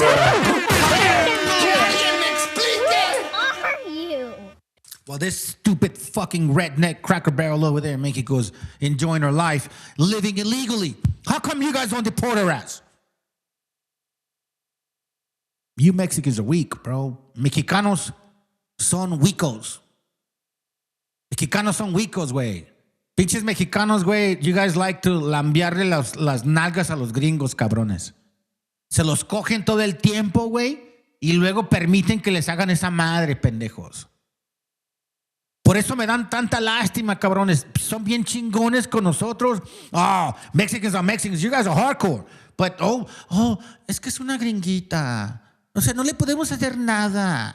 Porque tiene pelo güerito. Ojos verdes. Shut the fuck up. They're robbing you. Years calling Mexico an absolute shithole, for lack of a better word. She's calling them shithole. Cunt, y'all are shithole. She's around looking at you, stupid Mexicans. You guys are just dumb, fucking dumb Mexicans. Why? Because I can talk shit to you and then live around you and pay $27 a month of electricity when she should be paying $500 a month of electricity. And then she says to you, get the fuck out of my country, Mexicans, because you guys love to, live off the benefits. Is she not living off the benefits of paying $27 a month of electricity? Listen, family, $549 a bill today. Came today. Who's going to help me pay it? Where's the love, yo? And now they're bragging about $28 water bills down there. I mean, that's dang good. That's dang good if you ask me. I'm actually in the process of moving to Mexico. Yeah, I'm just like packing up, taking off. Why? Because I have the option. I have that. I have the good fortune that I have dual citizenship. I can go to Mexico. So, I can go down there. I can buy property. I can build the dream home 15 minutes from the beach for $10,000 down there. And people are going to say, oh, America's the greatest place. This guy wants to go to Mexico from America. What's wrong with him? When I was a kid, I went to Mexico for vacation. And back then, I was, they had third world conditions. Everywhere we went, there were like people asking for money. But now when you go down there, everything is new. No one's got, that citizens of Mexico now, regardless of whether they've lived there or not, I qualify for a pension. Yeah, but here's what I'm saying. People are thinking like America is better. You're saying Mexico. No. Listen. You don't qualify for a pension if you're a U.S. citizen, okay? At all. If you're a Mexican citizen and you end up moving back there, you can qualify for a pension. Not a so-called United States citizen, like, European. Y'all can't go do that. But if you think you can, guess what? Now the rhetoric's going to be, deport these white people. They're living off the benefits of us Mexicans. Deport these white people. They're leeches. Deport these white people because you know what? They're just like what the leftist wants. They just want us. They want to live off the chichi of the government. Isn't that what they were doing here already? You see, family, how civilized were these fucking people? This is 1492 motherfuckers. These are the people that came in 1492 and told you, you guys were savages, you ain't shit, we civilized you. Now they're trying to go around hanging out with you and trying to tell you, oh, I'm sorry, we were savages, you were civilized, we were just, we just, can I pay $27 a month in electricity? It's better than being in America. Right now, as quality of life, yeah, I would say so, yes. Like if you go to places in the South, it's literally like a third world. And it's been that way for a long time, decades. You mean in the South and America? In America, yes. Yeah, I've traveled this country multiple times. I used to be a roadie. I toured with metal bands. I've seen this country inside and out more than once. Why do you say it's like third world? Because the conditions are like a third world. Things are dilapidated. People are living in broken down trailers. They're surrounded by garbage and debris and just horrible conditions. Their water is dirty. They don't have access to education. They live in food deserts. Super bad, like he's saying. And again, I'm not going to take it forward here, but building a dream house on the beach for 10 grand, that's pretty dang good. Or you could choose America and, stay here and rent a studio for $3,000 a month. Man, tough call. Which would you rather do? Dream house sounds pretty good right about now.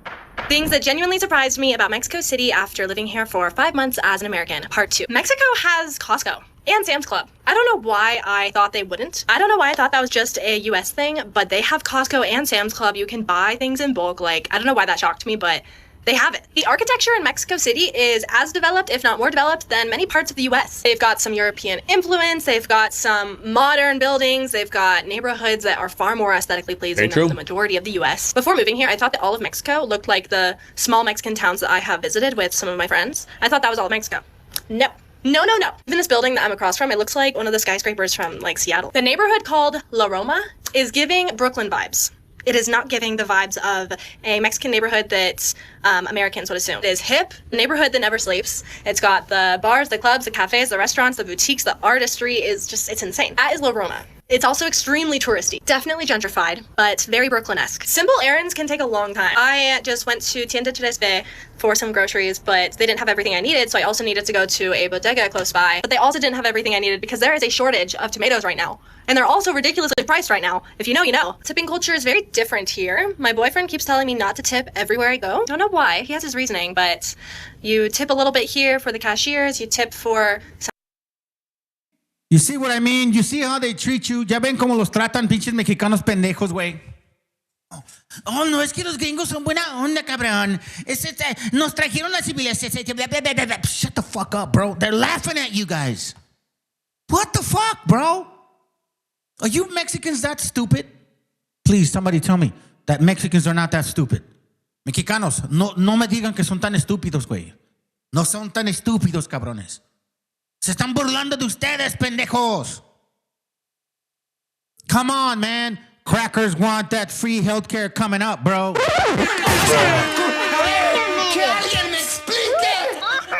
But you know what? You want to know something? I'm starting to realize, like, I guess not all people are the same, bro. I guess not all people are the same. We got a bunch of stupid raza living down there. It's like Salome say, what up, brother? Good to have you. I know, están bien pendejos. Ay, pero es que no los ves los ojos verdes. Es que no le ves el pelo güero. Déjalos, pobrecito. Bro, if they had a chance, they would deport you out of your own country. They've done it once, they'll do it again. Some typical things that you would assume, but then other things you don't tip for, and you tip significantly less than in the US. Tipping as a whole. Hey, I don't like these cracker barrels like her, bro. Trust me. I used to have girls that liked me like that in high school. I fucking hated them. I've never been attracted to white women, like that kind of white woman. Never. I like light-skinned girls. Raza, light-skinned girls. But not that kind of white. Let's go. International Airport, and I told you that one of my many enjoyments was watching MAGAs have to wait in that long-ass line to return to the U.S., and when they get to the front counter, they're told that their immigration paperwork isn't in check, and then they're sent way down there to the immigration office to get that paperwork in check, and by this time, their blood pressure is through the roof. Now, they're not concerned about the tax that they have to repay, that they already paid, which is typically about $40, but they're more concerned. What up, brother? Good to have you.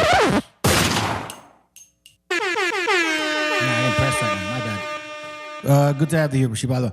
She says, so I've been working at Walmart for about 2 months, and on my second week working on the 3rd floor, I got called a black beaner by a Negroid.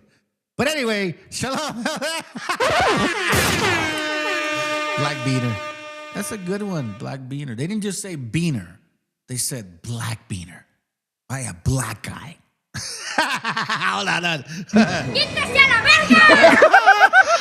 That's what I say to that. Concerned about the crunch time, because if they don't have this paperwork in check, they're not boarding. Like always, since my flight is delayed 2 hours from Guadalajara, Jalisco to Las Vegas, Nevada, I thought I'd stand around and just fish, waiting for a MAGA to be sent down to the immigration office, so you can see firsthand how upset they get when their white privilege here in Mexico is revoked. When it happens to Mexicanos who are traveling back to the U.S., it kind of sucks because they get caught up in the system. But when it happens to those peeps right there, it's kind of like an eye for an eye. That's totally fair. I mean, honestly, that's a good little bit of irony. I mean, they voted to build a wall, essentially, right? You know, MAGA, and now they're stuck in Mexico customs. I mean, you love to see that.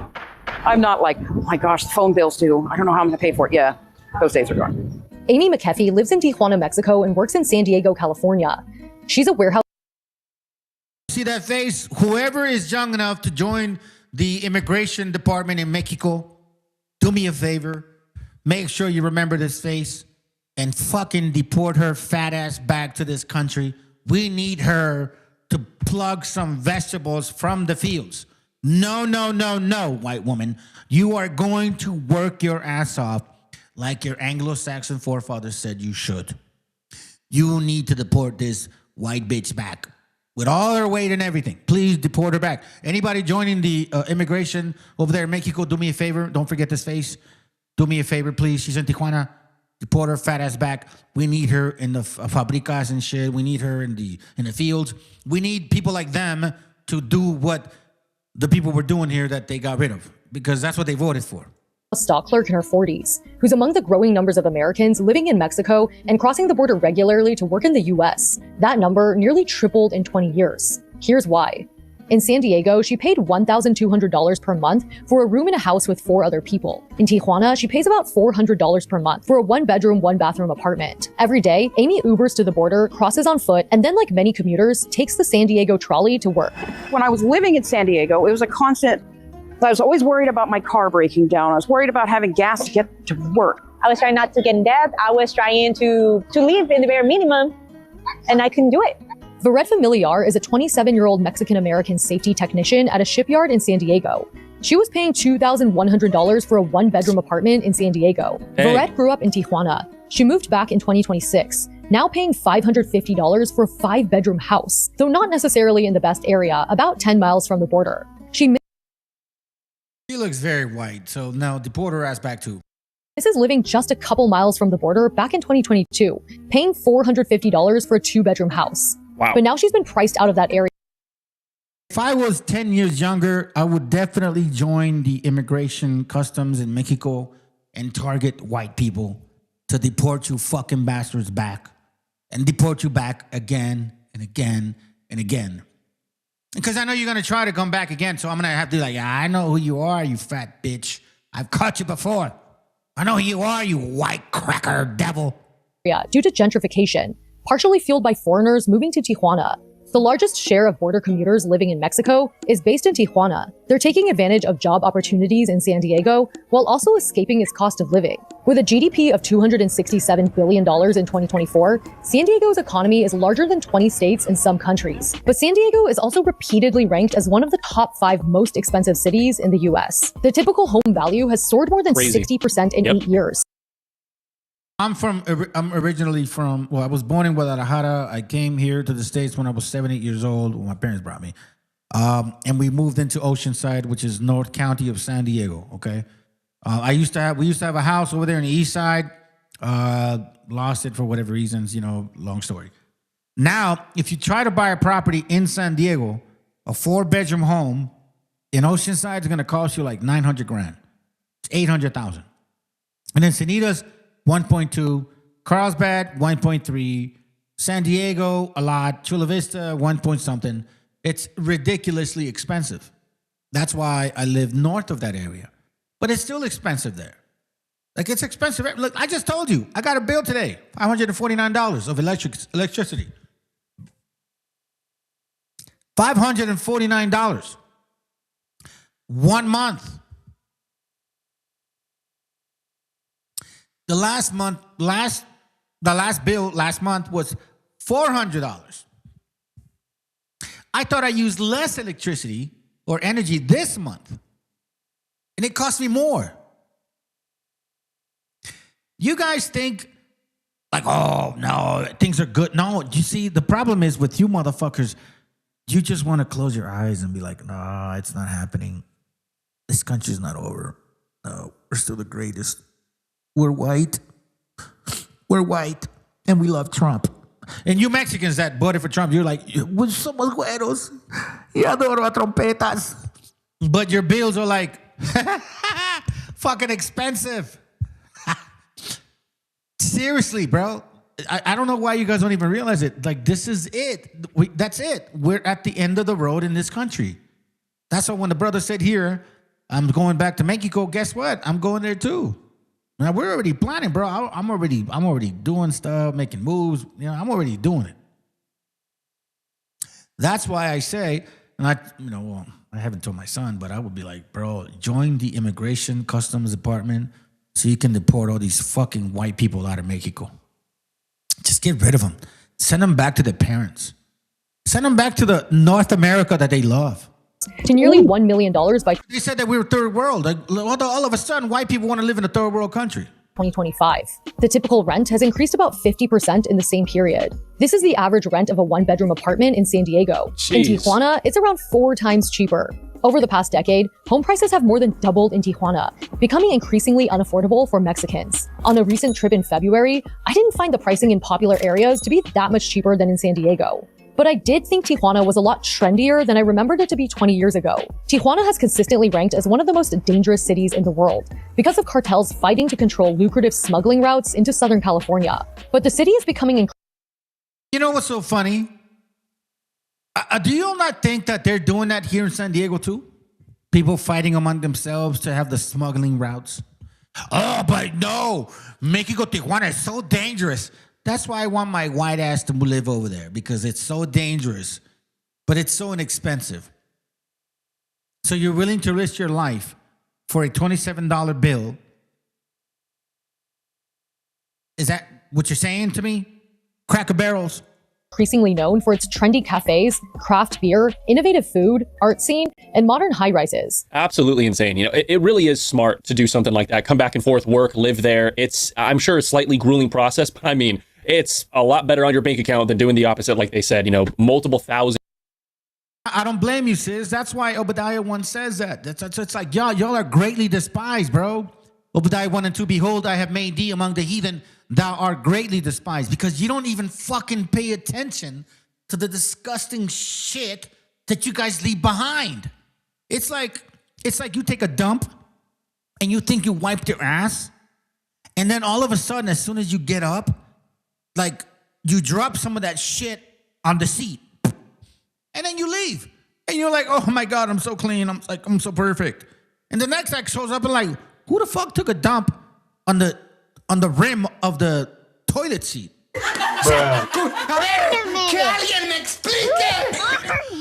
Oh, that's right.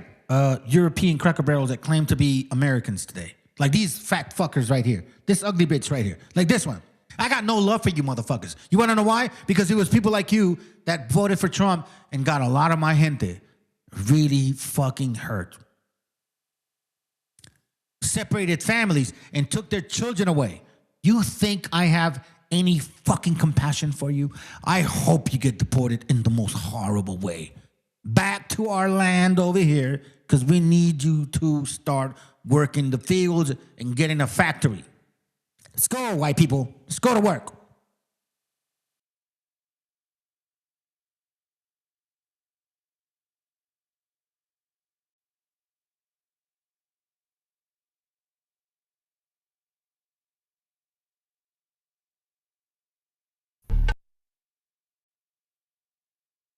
Living just a couple miles from the border back in 2022, paying $450 for a 2-bedroom house. Wow. But now she's been For like a studio apartment or a $1,500, $1,400 to live with other people that you don't even know, that I guess you eventually potentially got to know. But anyways, good ideas. You moved to Mexico for the weather, the vibes, and the $3 tacos. Same. But let's talk about something less spicy. Gentrification.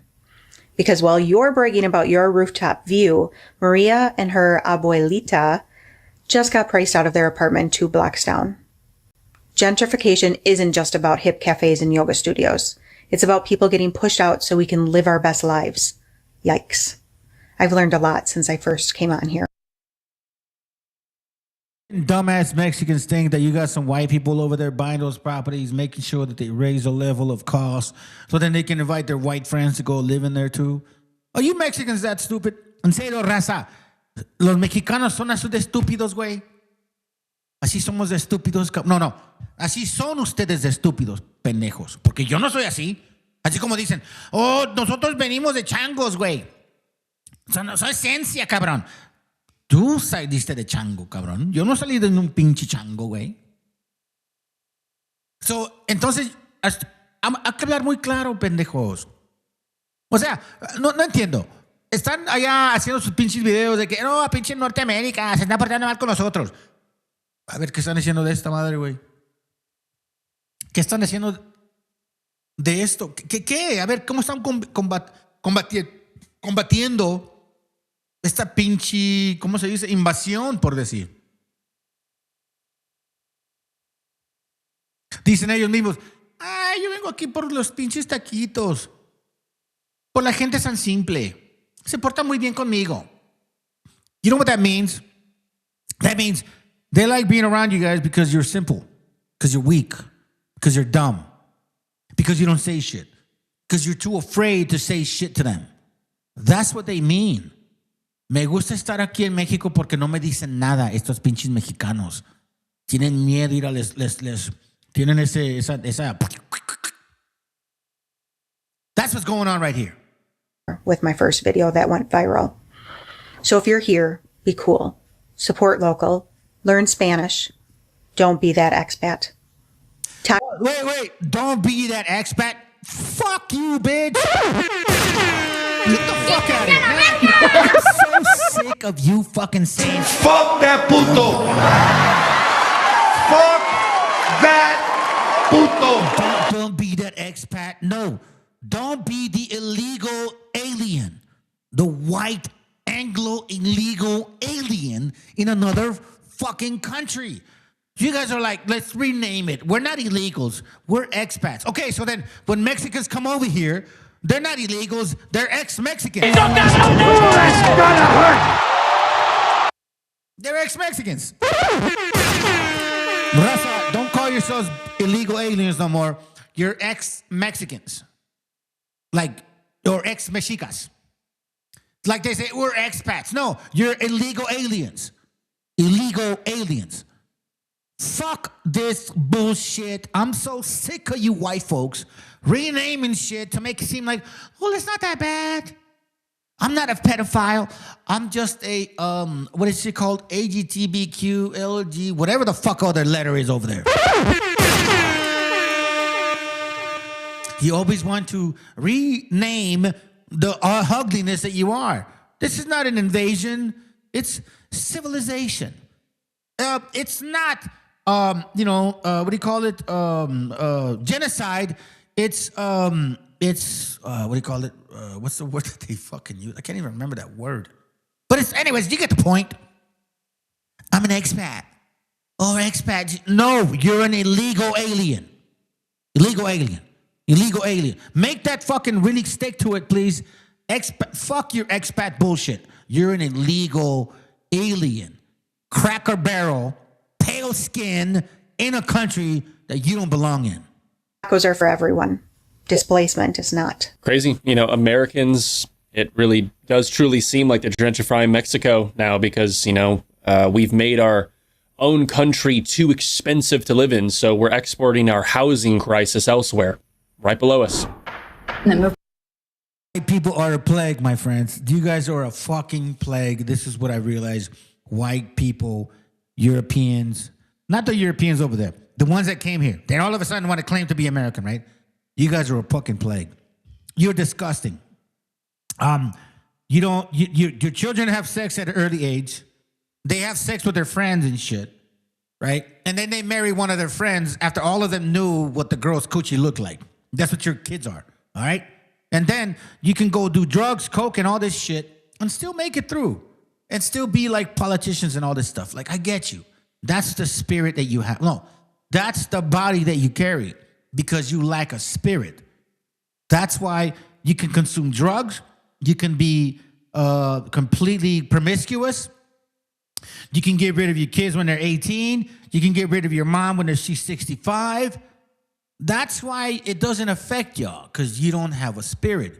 You're a wicked fucking flesh. And I hope to God that our people start waking up to your shit. To Mexico during Donald Trump's last presidency. I can't even tell you how bittersweet it is to watch this video. Bittersweet because I am so happy for Mexico. And at the same time, this should be happening in the United States right now.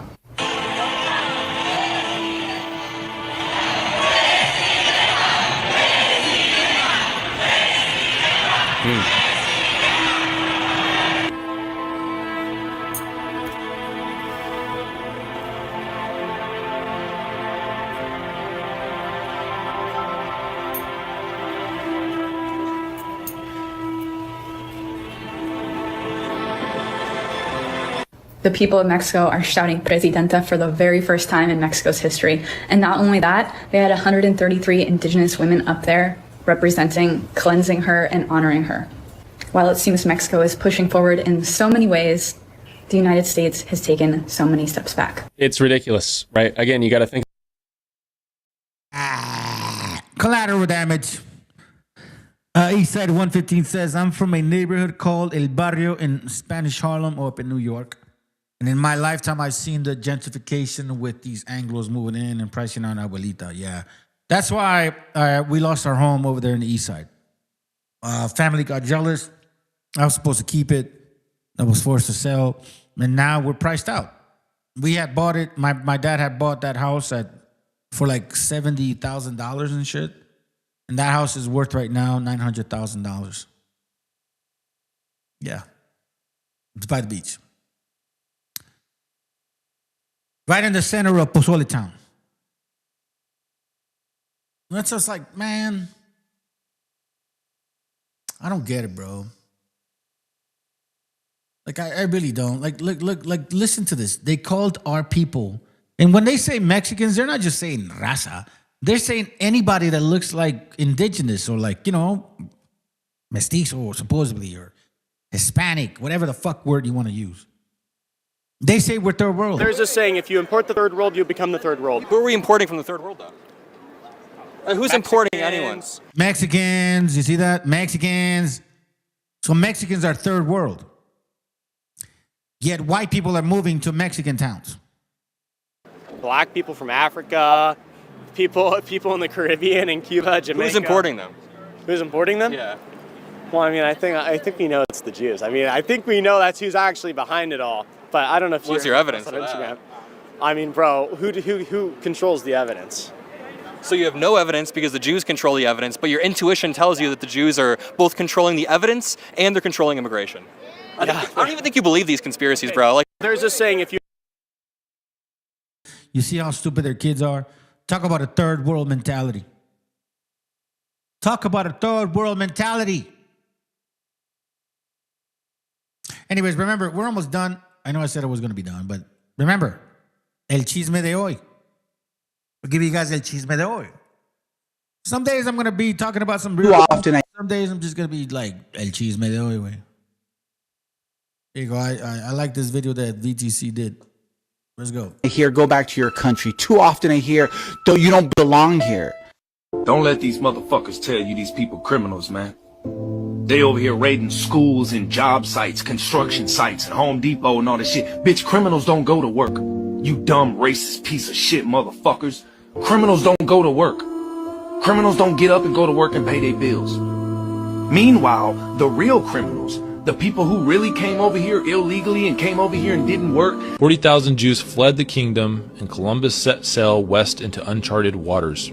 But at last, near midnight on October 11th, the Pinta signaled land ahead.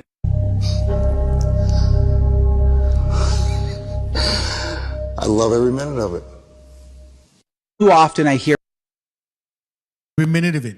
Shut your ass up. All right, I'm going to finish it with this video, fam. It's not really like anything that we're going to say. But I thought it was cool, man. Thought it was cool. Check this out.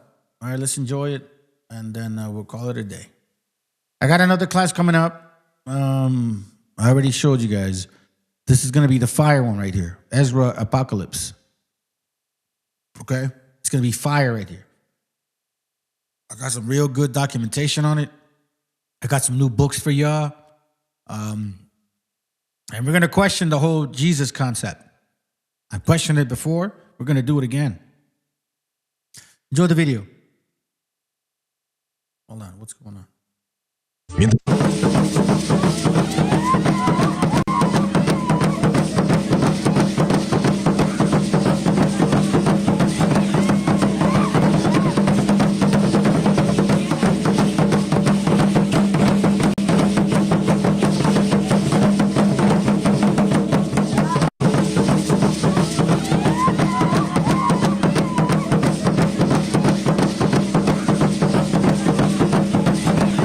Sorry, that's not the one. Thought I had a long one. Hold on.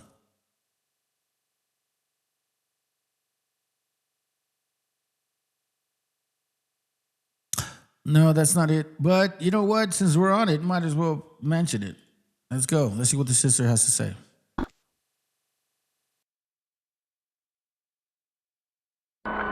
Mexicans are from Aztlan. Mexicans are from Turtle Island. Mexicans are native, not illegal. Their ancestors are the Aztecs, the Mexicas, who migrated thousands of years ago from the U.S. region in Aztlan down to Mexico, to Tenochtitlan, Mexico City. There was no border here until colonizers arrived, until pilgrims cut through the land, through our land, to create an illegal border. Our ancestors have been migrating for thousands of years across freely. Mexican people and their ancestors are not the first natives to migrate in and out of the U.S. region. Most tribes have migrated around the American continent. Mexicans don't need citizenship, don't need papers. We have native blood. Land back.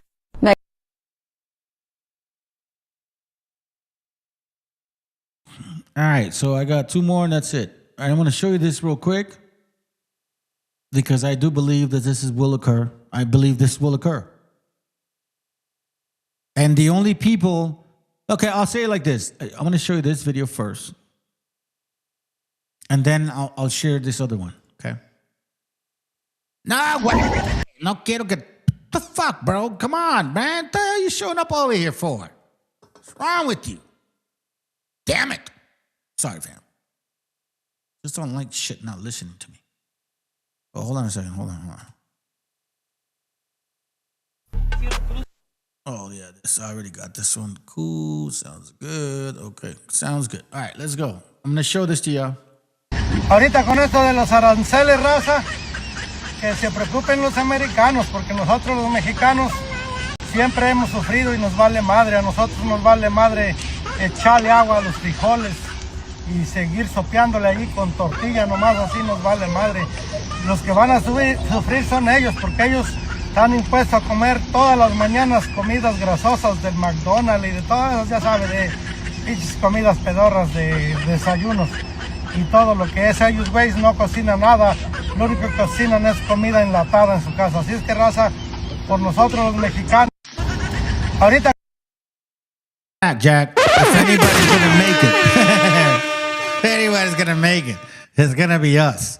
I'm gonna tell you this right now, bro. I'm gonna say this to you right now. 2 more videos and we out.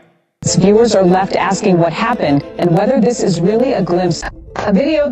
This will happen, by the way. This will happen. That's been spreading online claims to show... My next class is going to go deeper on this too. I showed this video before, but this will happen. Viewers are left asking what happened and whether this is really a glimpse. A video that's been spreading online claims to show America in the year 2050, and it's got millions of people questioning reality. In the footage, a man who says he's a time traveler approaches what he says is the White House. But it no longer looks familiar. Instead of the bright, iconic building everyone knows, the columns are cracked, the windows are broken, and it looks like an old abandoned structure. He steps inside what used to be the Oval Office, and all that's left is dust and empty rooms. The same clip then shows a highway that used to be busy with cars. Now the pavement is cracked with tree roots pushing up through it, and rusted, abandoned cars line the road. He also walks into a Walmart with empty shelves and faded signs, while outside the parking lot is overgrown and looks like a wasteland. But the most shocking part is what he claims is the Pentagon, once a symbol of U.S. military power. In his video, it looks like burned out ruins with blackened walls, broken windows, and a torn American flag still hanging. And he used live streaming to recount the authenticity of his journey. As he walks through debris-filled offices in dead silence, viewers are left asking what happened. That will happen. So will this. It's biblical.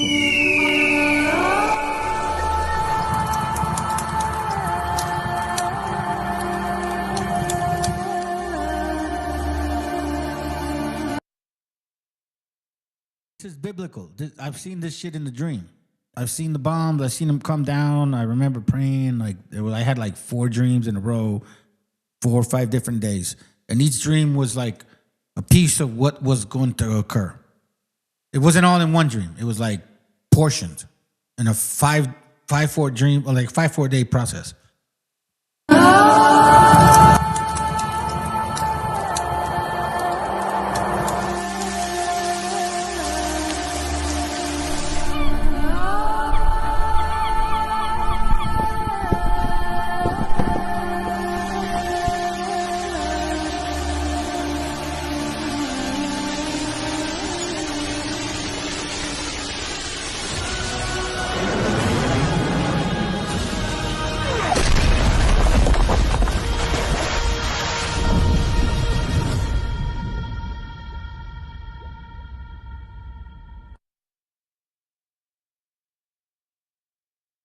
So now I'm going to show you this real quick. I wanted to share this with y'all I wanted to share this with you guys like on a class, but I'll share it with you now. There are two books, Baruch 1 and Baruch 2, and the Apocrypha, okay? In case you guys don't know this. I'll share this with you. Because we're going to get deep on this when I get that class going. And again, and this is, you know, this class right here. Ezra Apocalypse, all right? So I got a pretty good topic going on this stuff.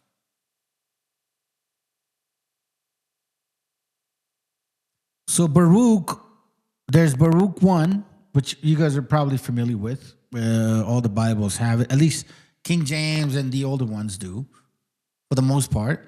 Baruch right here, right? It's 1, 2, 3, 4, 5, 6. Okay? Right? You see that. But that's not the only Baruch. There's Baruch 1, 2, 3, 4, 5, 6, and Baruch 2. Okay? Now, in Baruch 2, chapter 27, it says something very interesting. It talks about the plagues that are about to come. And this is where it gets interesting. Baruch 2:27, second Baruch, chapter 27, verse, I would say 2. In the first part, the beginning of commotion. This is where shit starts hitting the fan. Commotion. The second part, the slaughter of the great. The third part, the fall of many into death. The fourth part, the drawing of the sword. The fifth part, famine and withholdings of rain. So dry routes. The sixth part, earthquakes and terror. And we're seeing a lot of this stuff lately, by the way. The eighth part, a multitude of ghosts and appearances of demons. Now, in case you guys are not familiar, they're talking a lot about UFO shit, right? Like UFO stuff, you know, shit like that. The ninth part, the fall of fire. The fall of fire. How does that work? Demons, fall of fire, you mean like war? Bullets, bombs. And the 10th part, rape and much violence. We've seen that a lot over there in certain areas where they're fighting. Injustice and unchastity, like, aren't they like saying like it doesn't matter? They're distracting you guys with all a bunch of bullshit. Now here's where it gets interesting. The 12th part says disorder and a mixture of all that has been before. A mixture of all that has been before. That sounds like DNA stuff. And in case you guys don't know this happened before. Disorder and mixture of all that has been before. It happens before. It's happened before. Genesis 6. And it came to pass when man began to multiply in the face of the earth that the daughters were born unto them, that the sons of God saw the daughters of man, that they were fair, and they took them wives, all of which they chose. And the Lord said, my spirit shall not always strive with man, for that he also is flesh.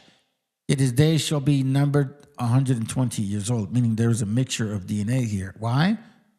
Because we see giants being born after that. And aren't we seeing this again today? DNA mixture, cloning, supposedly. DNA mixture, meaning men can make babies. Have you guys not heard that? Men are making babies now.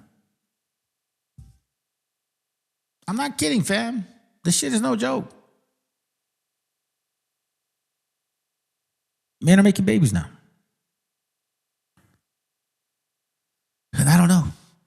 I don't know how to tell you how it's going to.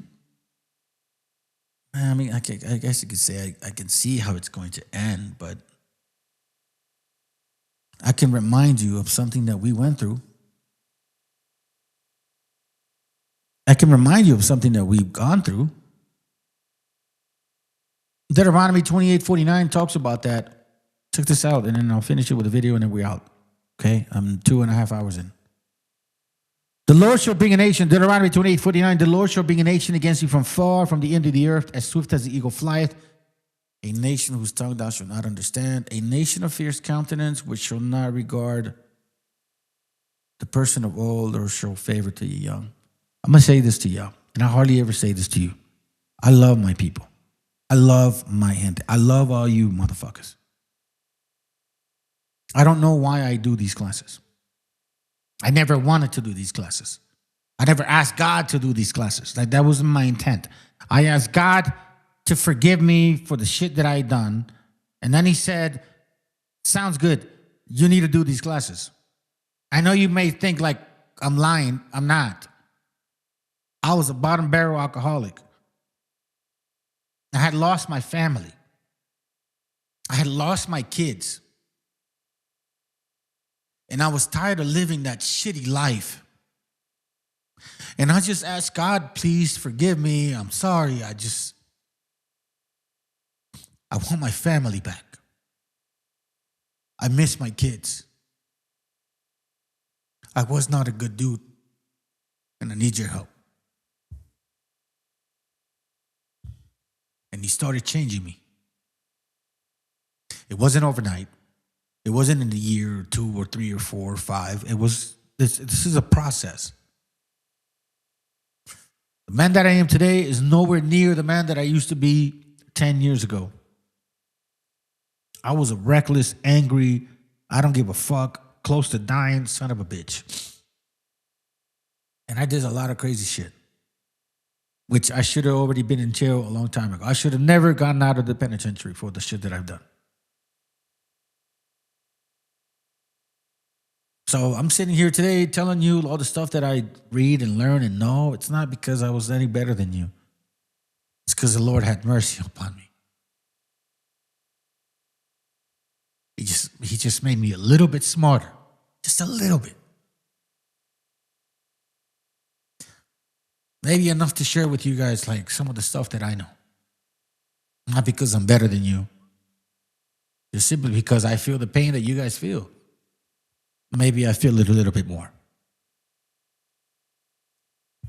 Last video, you guys have a good night. Fateful day, they were led out of the prison compound. They were shackled and chained together. They had hoods on them. The women began wailing and weeping.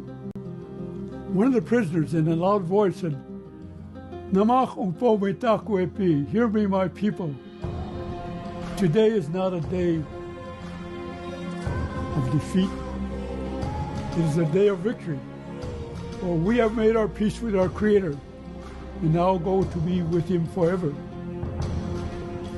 Remember this day to tell our children so they can tell their children that we are people who die and know with death. Do not mourn for us. Rejoice with us. It's a good day to God.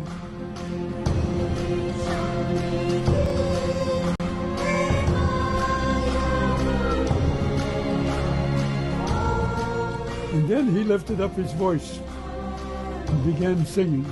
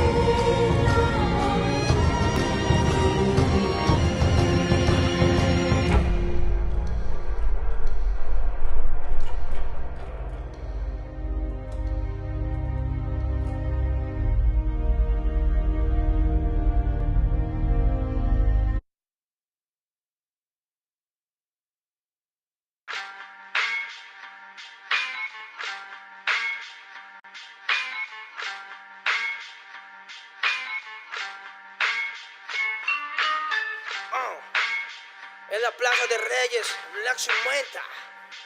Soplón. Yeah. ¿Qué vas a saber? ¿Qué vas a saber tú? Oye, chibolito, pártome.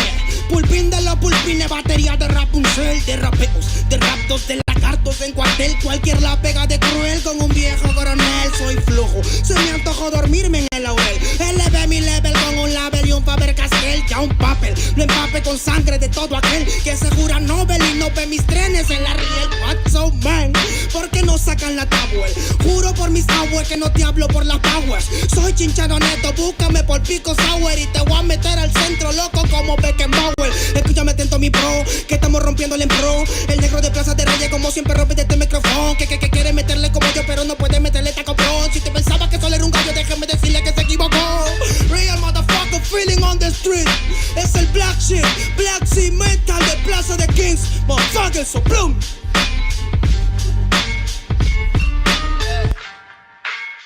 Nero Luis, man, desde Peña, a la victoria para que sepa. Incas Mo, Money Gang Gang, yeah, yeah, Yo también he llorado, gente. También me han desplazado por mi rasgo afrodescendiente.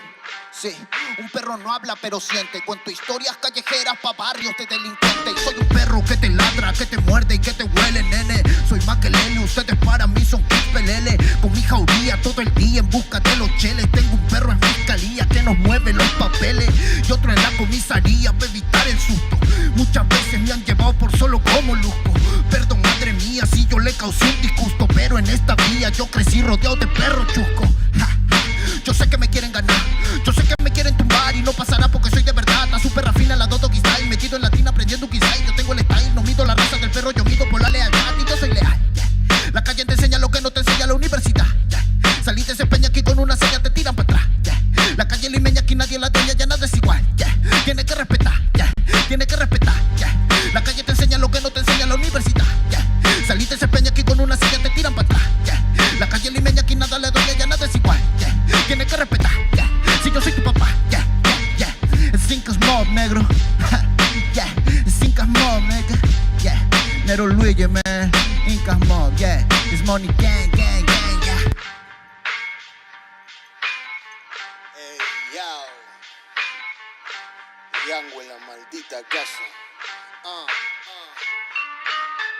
Me llaman pa' que les dé al menos una vez al mes. Se metieron al lago y olvidaron que era el mes. For everybody bless. La fama es una puta, me está llamando a las 3. Dile que llame después de las 16 y 25. Volví de la infancia de Abraham Lincoln. Con fuerza ya inco, luchando para salir del rincón. Letra callejera en CD Brinco.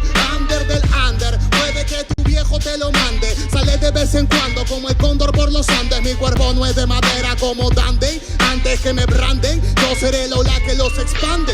Aunque esto me pique en la madera, no sirven ni para romper el ticket de un evento afuera. Loco por la carrera, desafían la gravedad. Yo espero tras la barrera y llego con la novedad. Niña, tú solo espera que ya encontré la manera. He visto bastante por querer lograrlo saltando escalones dentro de la escalera. La vida me puso al depósito, yo soy de púlpito pa' que el mundo conociéramos de esta parte mejor intérprete que ha parido esta cordillera. Sin luz afuera, que el espectáculo es dentro. La calle es mi templo, tiembla el pavimento. Cuando yo me concentro, mis disparos son temas. La calle un poema se siente desde cuando entro. Y a toditos estos drogaditos que creen que rapean los regreso al centro de mi balcón.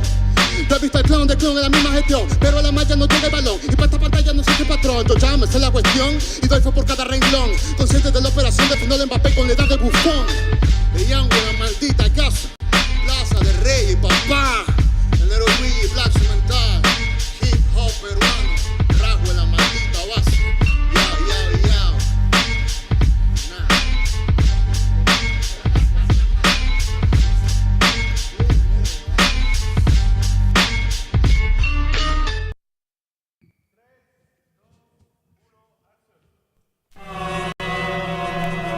Yo,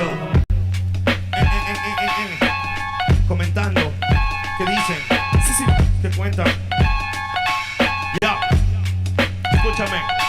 Ya, los medios cuentan que si hay libertad de prensa, la mordaz es cosa escasa y todos dicen lo que piensan. Y esa sutil es impresa y repetida diariamente tiene contenta tu mente con yo soy combate y fiesta. Presta el control, Tarantino no es tan gore como los crímenes de amor que a toda hora se nos muestra. Pues tal vez la es estrategia impuesta. Pánico en el público y manejarás el cuestapal. Político en vez de patrullas en vez de camilla para un hospital. Como si esa mierda de tombo no diera seguridad. No será casualidad que el otro dueño del canal sea el sobrino pero bueno de un primo hermano pariente papá. Que se nota el que no es noticia, su codicia se evidencia. Propicia violencia y plástico, panémicas, belleza. Fútbol, patriotismo, falso, culo, vasos de cerveza. Pele cáncer pa' tu mesa y el domingo en misa pesa. Sobre su cabeza pesa el atraso mental del pueblo. Oposición vendió trasero, dictador, grupo Romero. Pero se confundieron acá, la palabra es cruda. Autoeducación, mi camino se afloja la lucha a través de cultura. Es como genera de uno, tal vez otro loco se suma. Ya saben, cortina de humo que explota la mina que mata la cuna. Primo, vengo que trata la freuna, no una pura canción de aventura. Así no censura, emite basura, no le conviene que sepan verdura.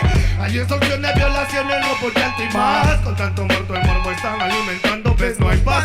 Solo un odio contenido en milis para que vivan en la fantasía, algún día cambiará.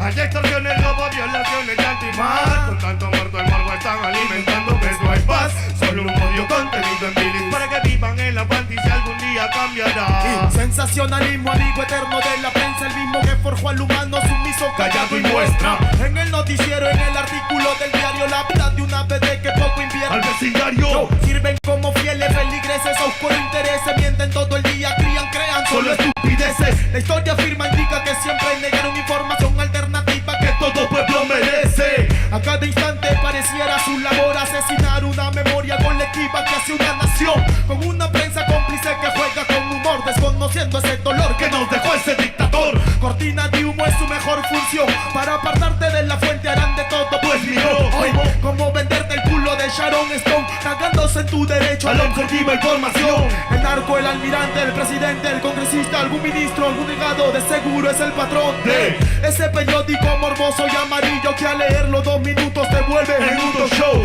Los medios son culpables, responsables de toda propaganda basura que te ofrece la TV. Pues será mejor que se autoeduque, pues my friend, porque el comercio de los medios te carcome hasta las 100.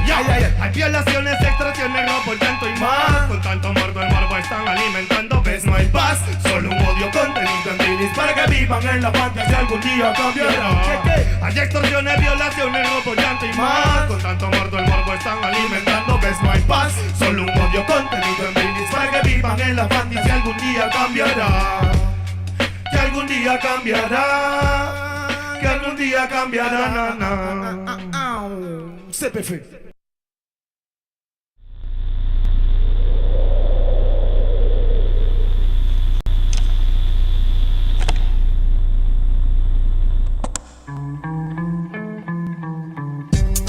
Con la fe. Ajá. La promoción lunática. Na, na, na, na, na, na. Ey, ey.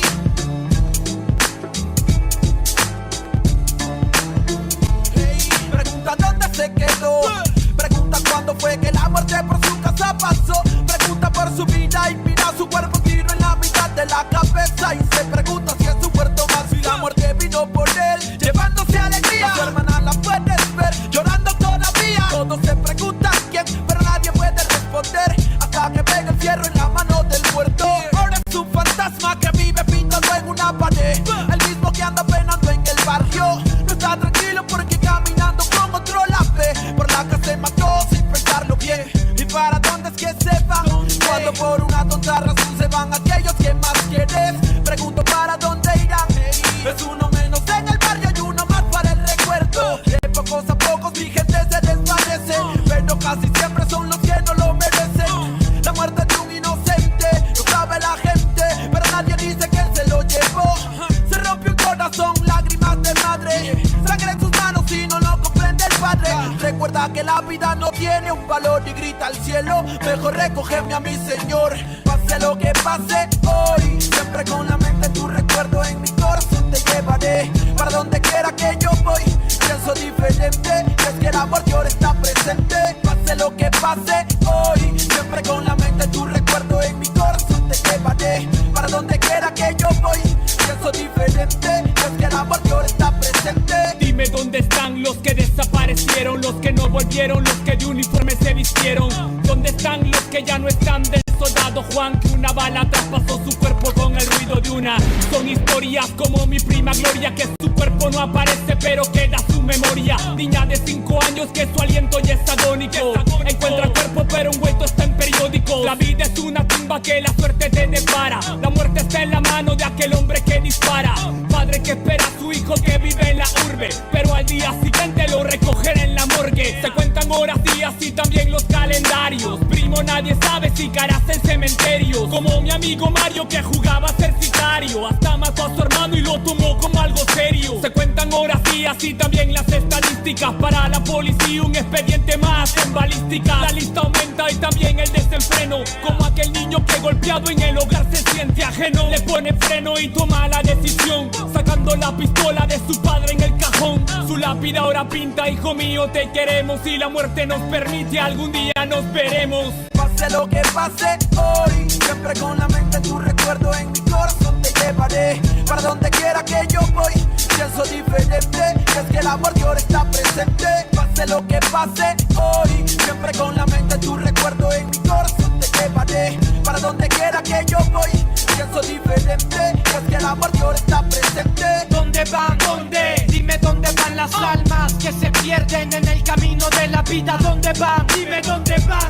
Que te tienen pulsos, otros por impulsos para el diván. Penas que se cuentan en la esquina, cuidado con la neblina que la muerte se avecina por la acera. Joven estudiante muere en una balacera. Otro lío de pandillas que en el diario aparecerá. La vida se desaparece como el humo de un cigarro. Loco disparando desde un carro. Otra vida que se pierde bajo el cielo gris. No se puede ser feliz cuando gente muere en un desliz.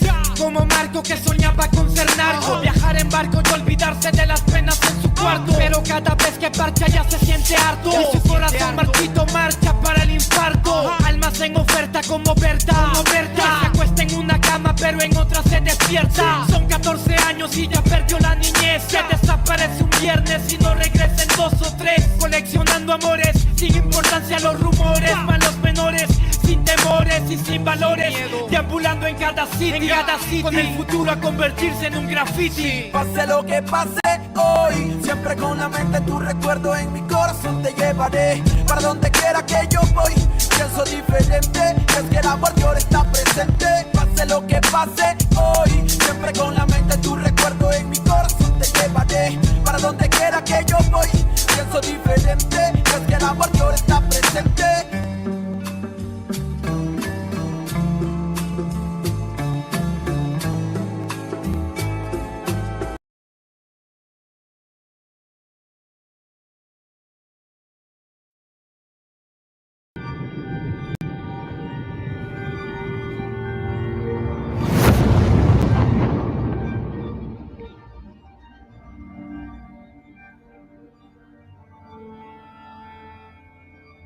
Ical, hijo, abre los ojos.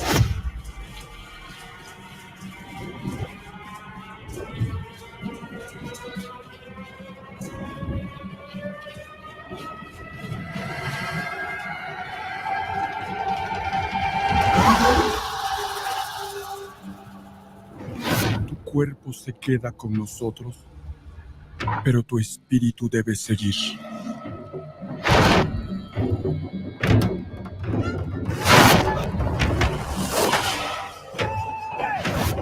Busca la luz. Aléjate de las sombras. Deja que nuestro dolor sea tu fuerza. Desde aquí iluminamos tu camino.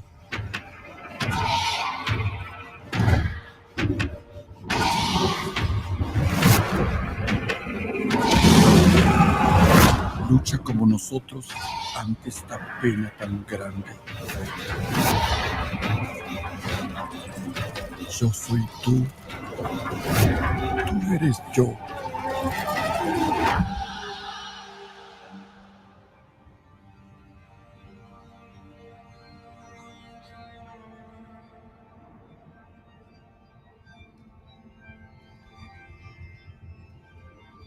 La muerte que hoy nos separa, mañana volverá a unirnos. Eres libre, hijo.